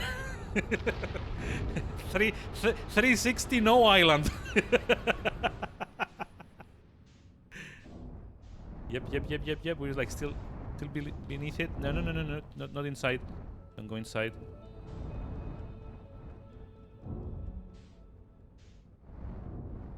Come on, fall off. Fall off, damn it. There we go.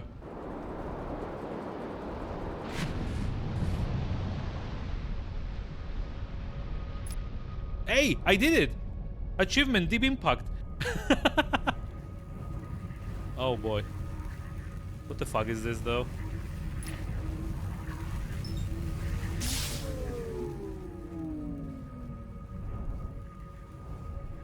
Um.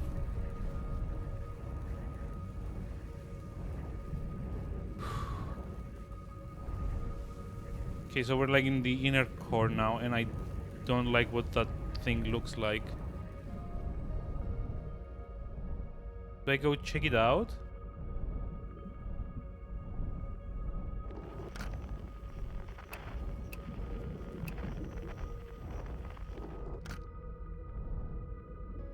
What is this thing? I'm gonna die, aren't I?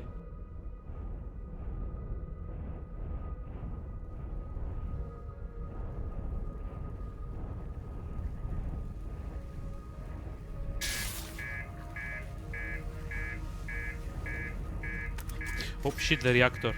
Fuck.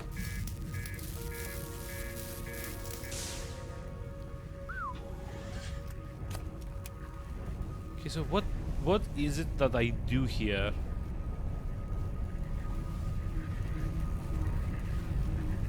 So yeah, I guess you don't actually need to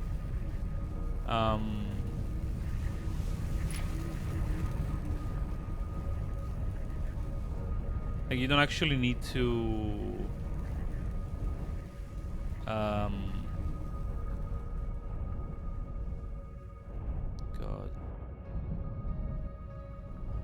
I'm kind of worried here. Like if I go too far up, I feel like the current's gonna like pull me again.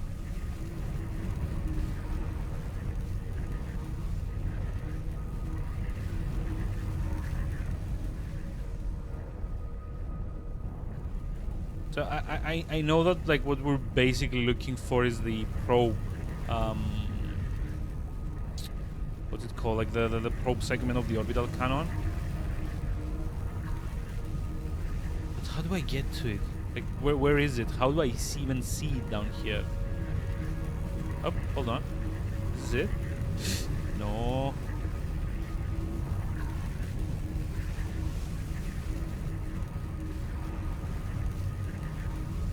Like gross and stuff.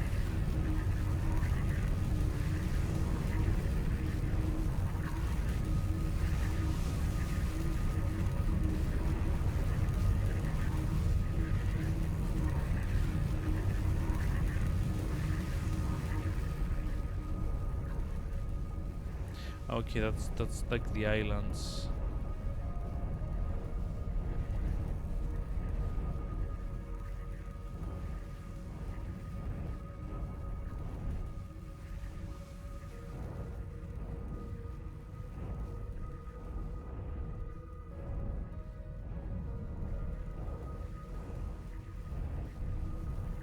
Okay, so I guess the red spots are like these like jellyfish things.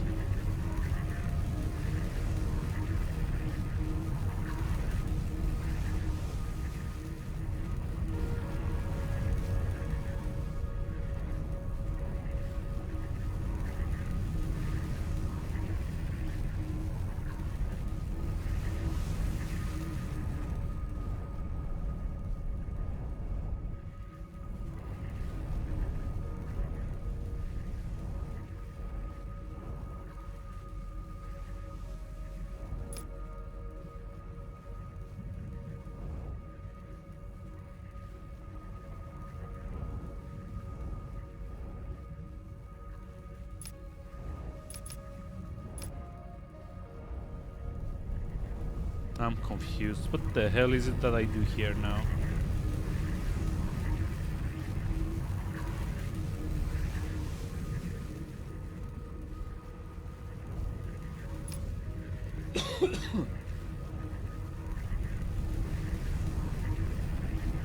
I mean, it's not like I have like a lot of time left.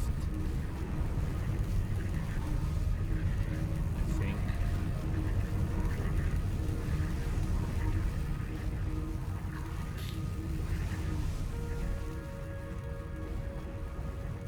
Okay, you know what? What if I send like a probe down there? Nope.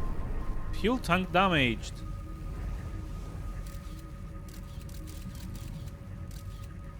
Oh. Wait, did it get like launched into me?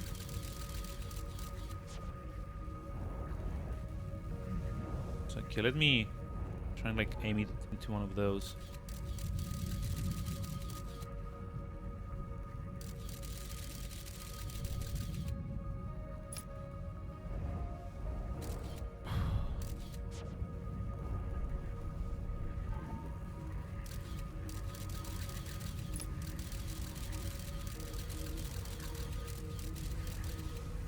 Yep, it basically gets like bounced off.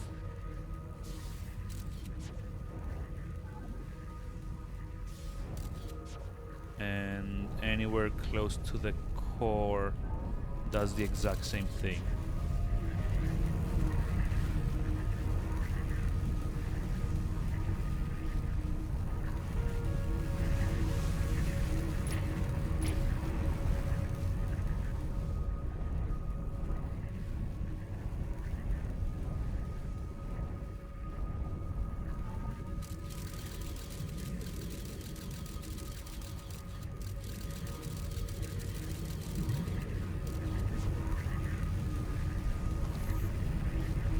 I don't know, any ideas here?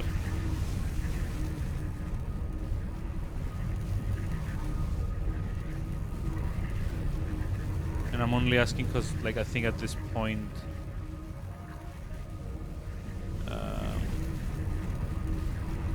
the loop's about to come to the end. Ship fuel depleted. Oh. Well, we're fucked. Guess this is it.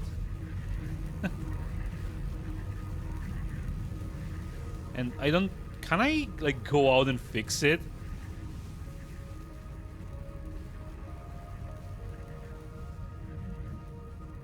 Yeah, there's, like, no other option.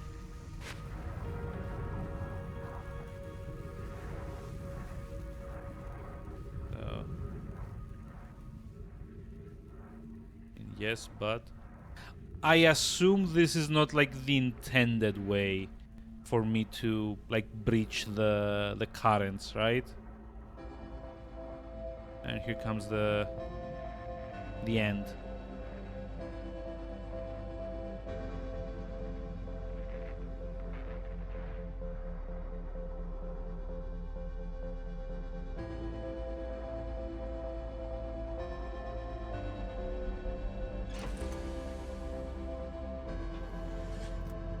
Ship fuel depleted, fuel tank damaged. But where's the fuel tank?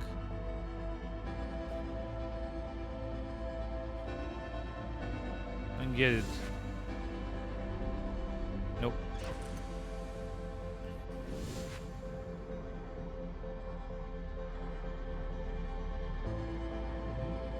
Oh, there we go.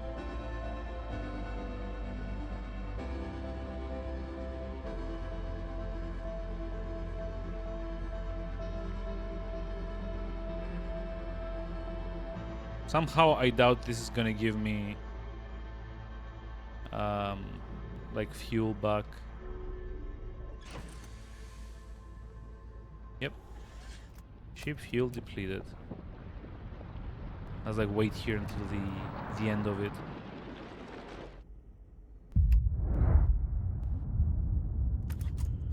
It comes because like maybe 10 seconds before everything explodes, so might as well just like go die into that giant electric ball of death. Okay, I don't even think I'm gonna make it in time. Yep.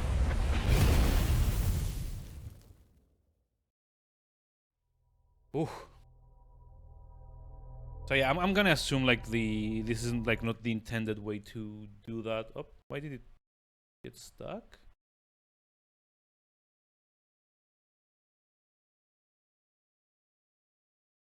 Oh boy.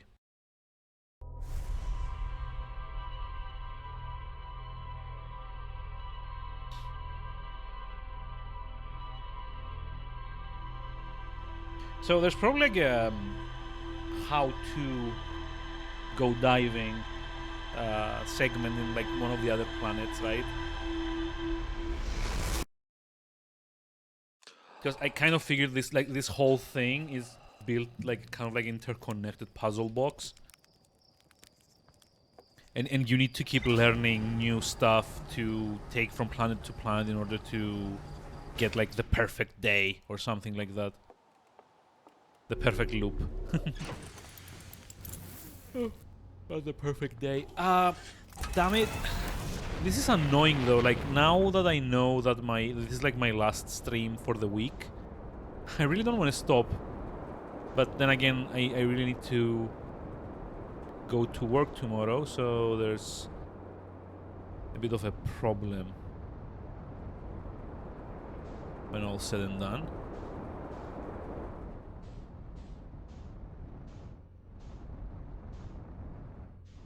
Knowledge Vania, if you will. I mean, yeah, in a way it's that. So what's that, like, yellow thing? Ooh. There's like this bright thingy that was like flying around.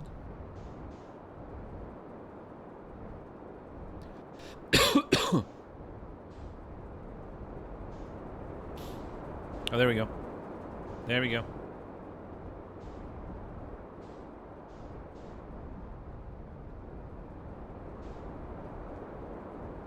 There we go.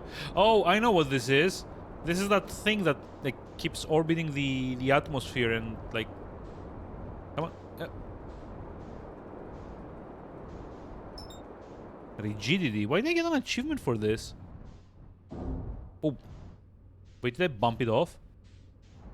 Wait, did I? Did I just knock this off of orbit? Oh no!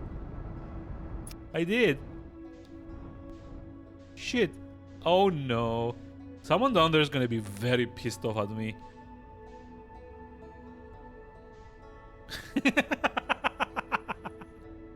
Ruining science. Yeah.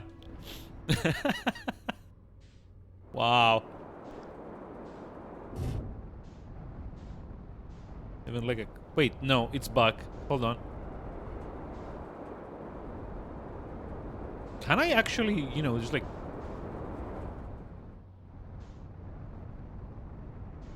throw it off of orbit?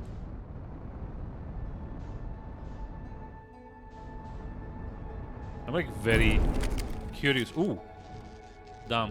That was like a good hit. Yeah, I think now we've kind of shot it off. So I'm curious. This thing's connected to the... God, where is it? Cockpit damaged. This thing's like connected to like a thing in the village. So I want to see if it still has like a reception. Yep. No, it's back. Wait, how is it back again?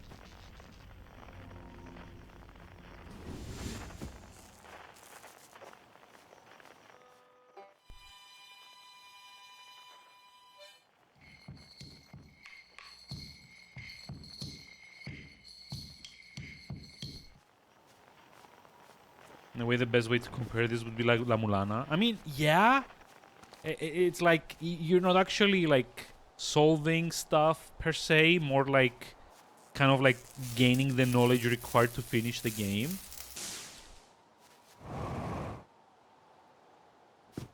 That's like actually like a very good comparison, to be honest.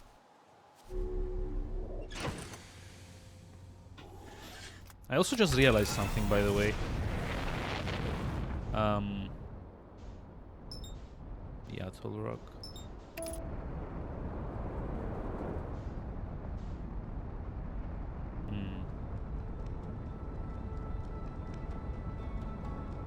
Well, actually, like, realized a couple of things. One is that I never did manage to get into like the subsurface of. Yeah, I mean, yeah, I know what you mean, and I think that's like a very good comparison, actually. Oh, hey, there's the probe. Yay! we did knock it off course. I'm sorry. But yeah, like one thing I never did was like get into like the interloper's like subsurface. which was like supposed to be some kind of like crack or something that you could get into.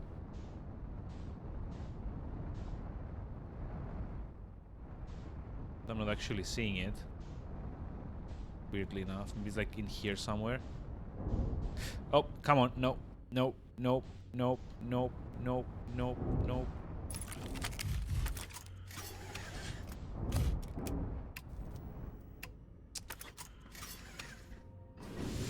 Fuck. There goes the ship. Whatever. This is gonna be like one of those like meme.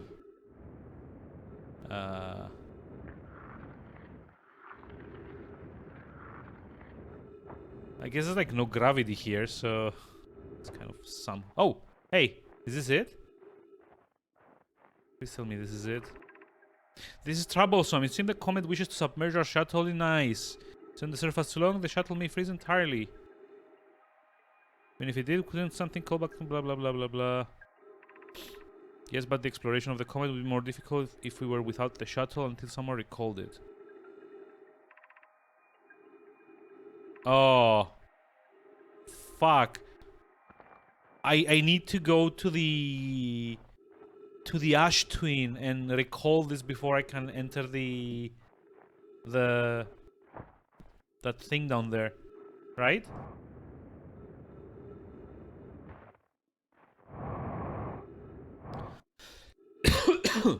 This is the first probe that I recalled previously.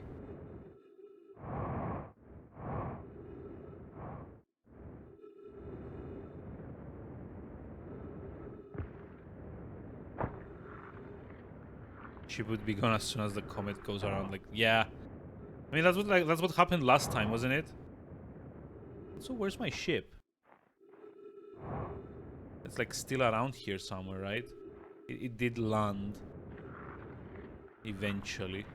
Ow. Ow. Ow. Ow.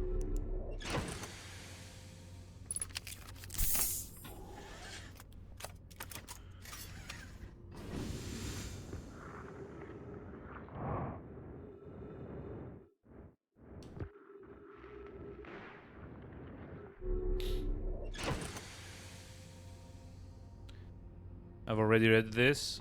The cavern is on the side facing the sun? Is it? But I was here last time too and I couldn't find it. That's kind of like my problem. There's supposed to be like this kind of like crack that the explorers went through. Oh! It's not in here, is it? No.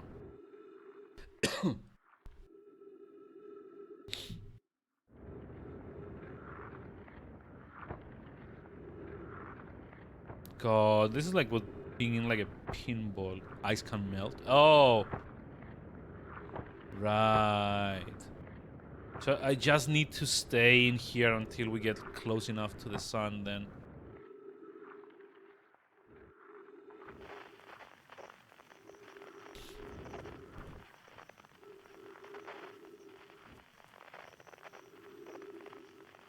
I think it's already kind of melting, is it? Feels like I'm slightly like deeper into this now than I was before.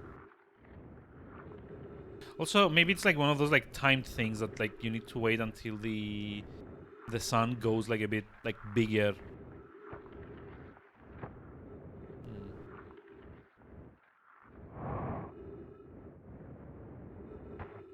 Problem is I can't actually see the sun, and I in fact think we are moving away from it.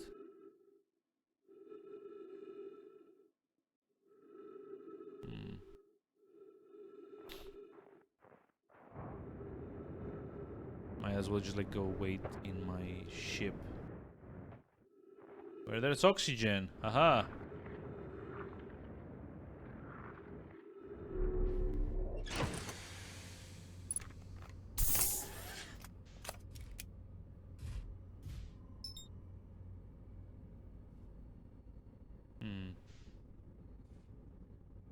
I mean, we are kind of getting closer, but like at 64 meters per second, it's gonna take a while. They're gonna try and like bring it in a bit like closer to the fissure.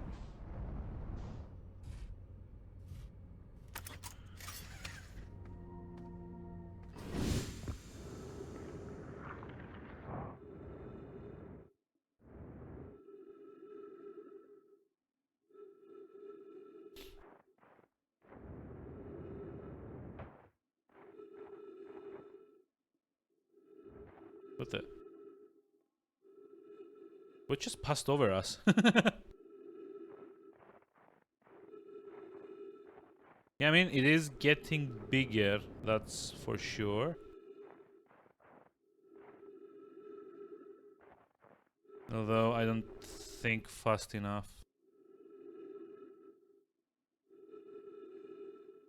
Hmm.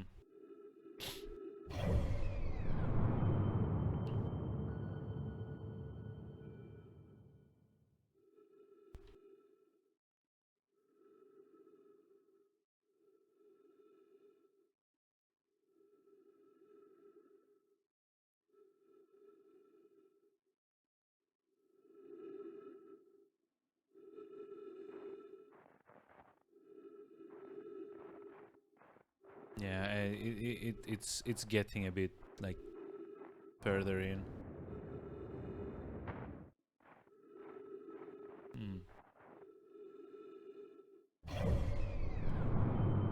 Like a bit more.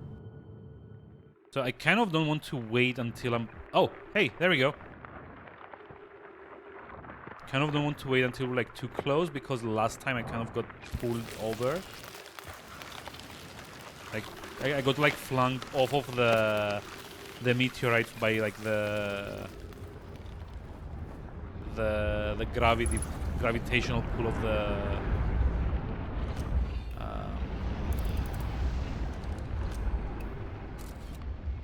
yep, okay, and there. So I can't actually go through there yet, or at all. Okay, which one has the ghost matter in it?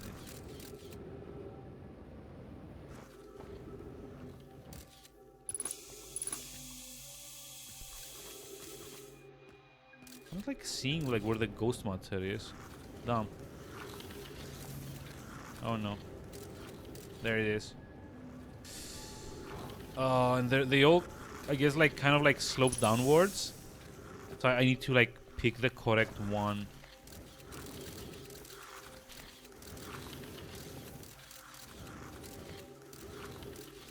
Okay, this one doesn't have any in it.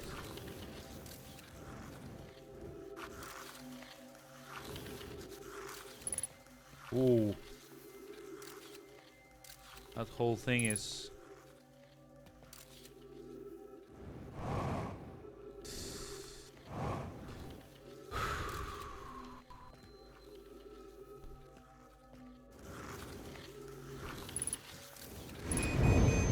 No.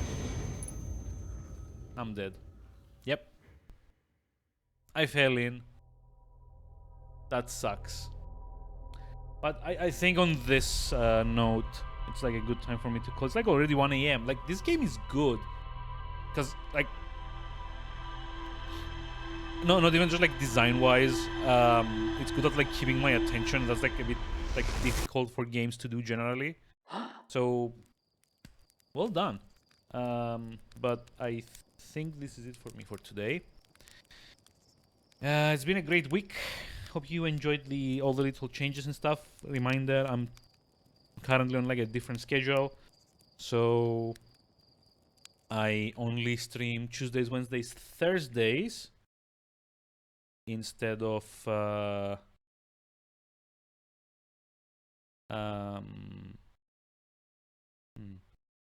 this is weird. It's not working. Why isn't it? Ah, there we go. Hey, tell me a dad joke. Yes, this is like a new one.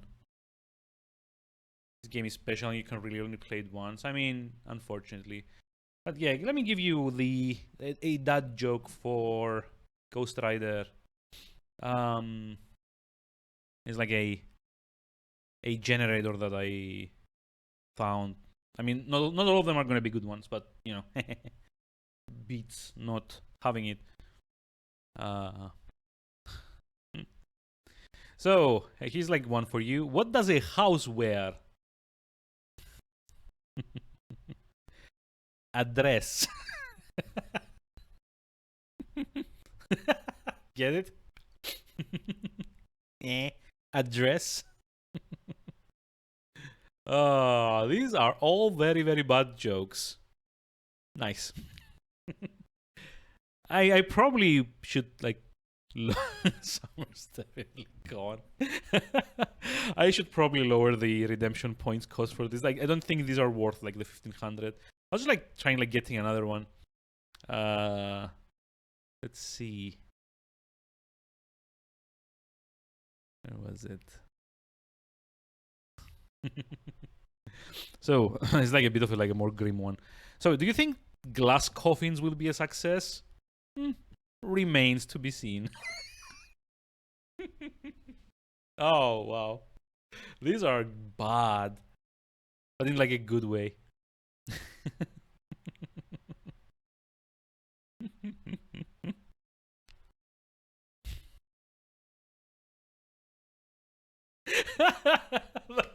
Oh my god, that's like a good one. He likes morbid jokes. Okay, let me just like paste that in chat then for you. There we go. This is like the one I just read. Hope you enjoyed the redemption of that. Probably not, but you know. Oh wow. But yeah, let me see.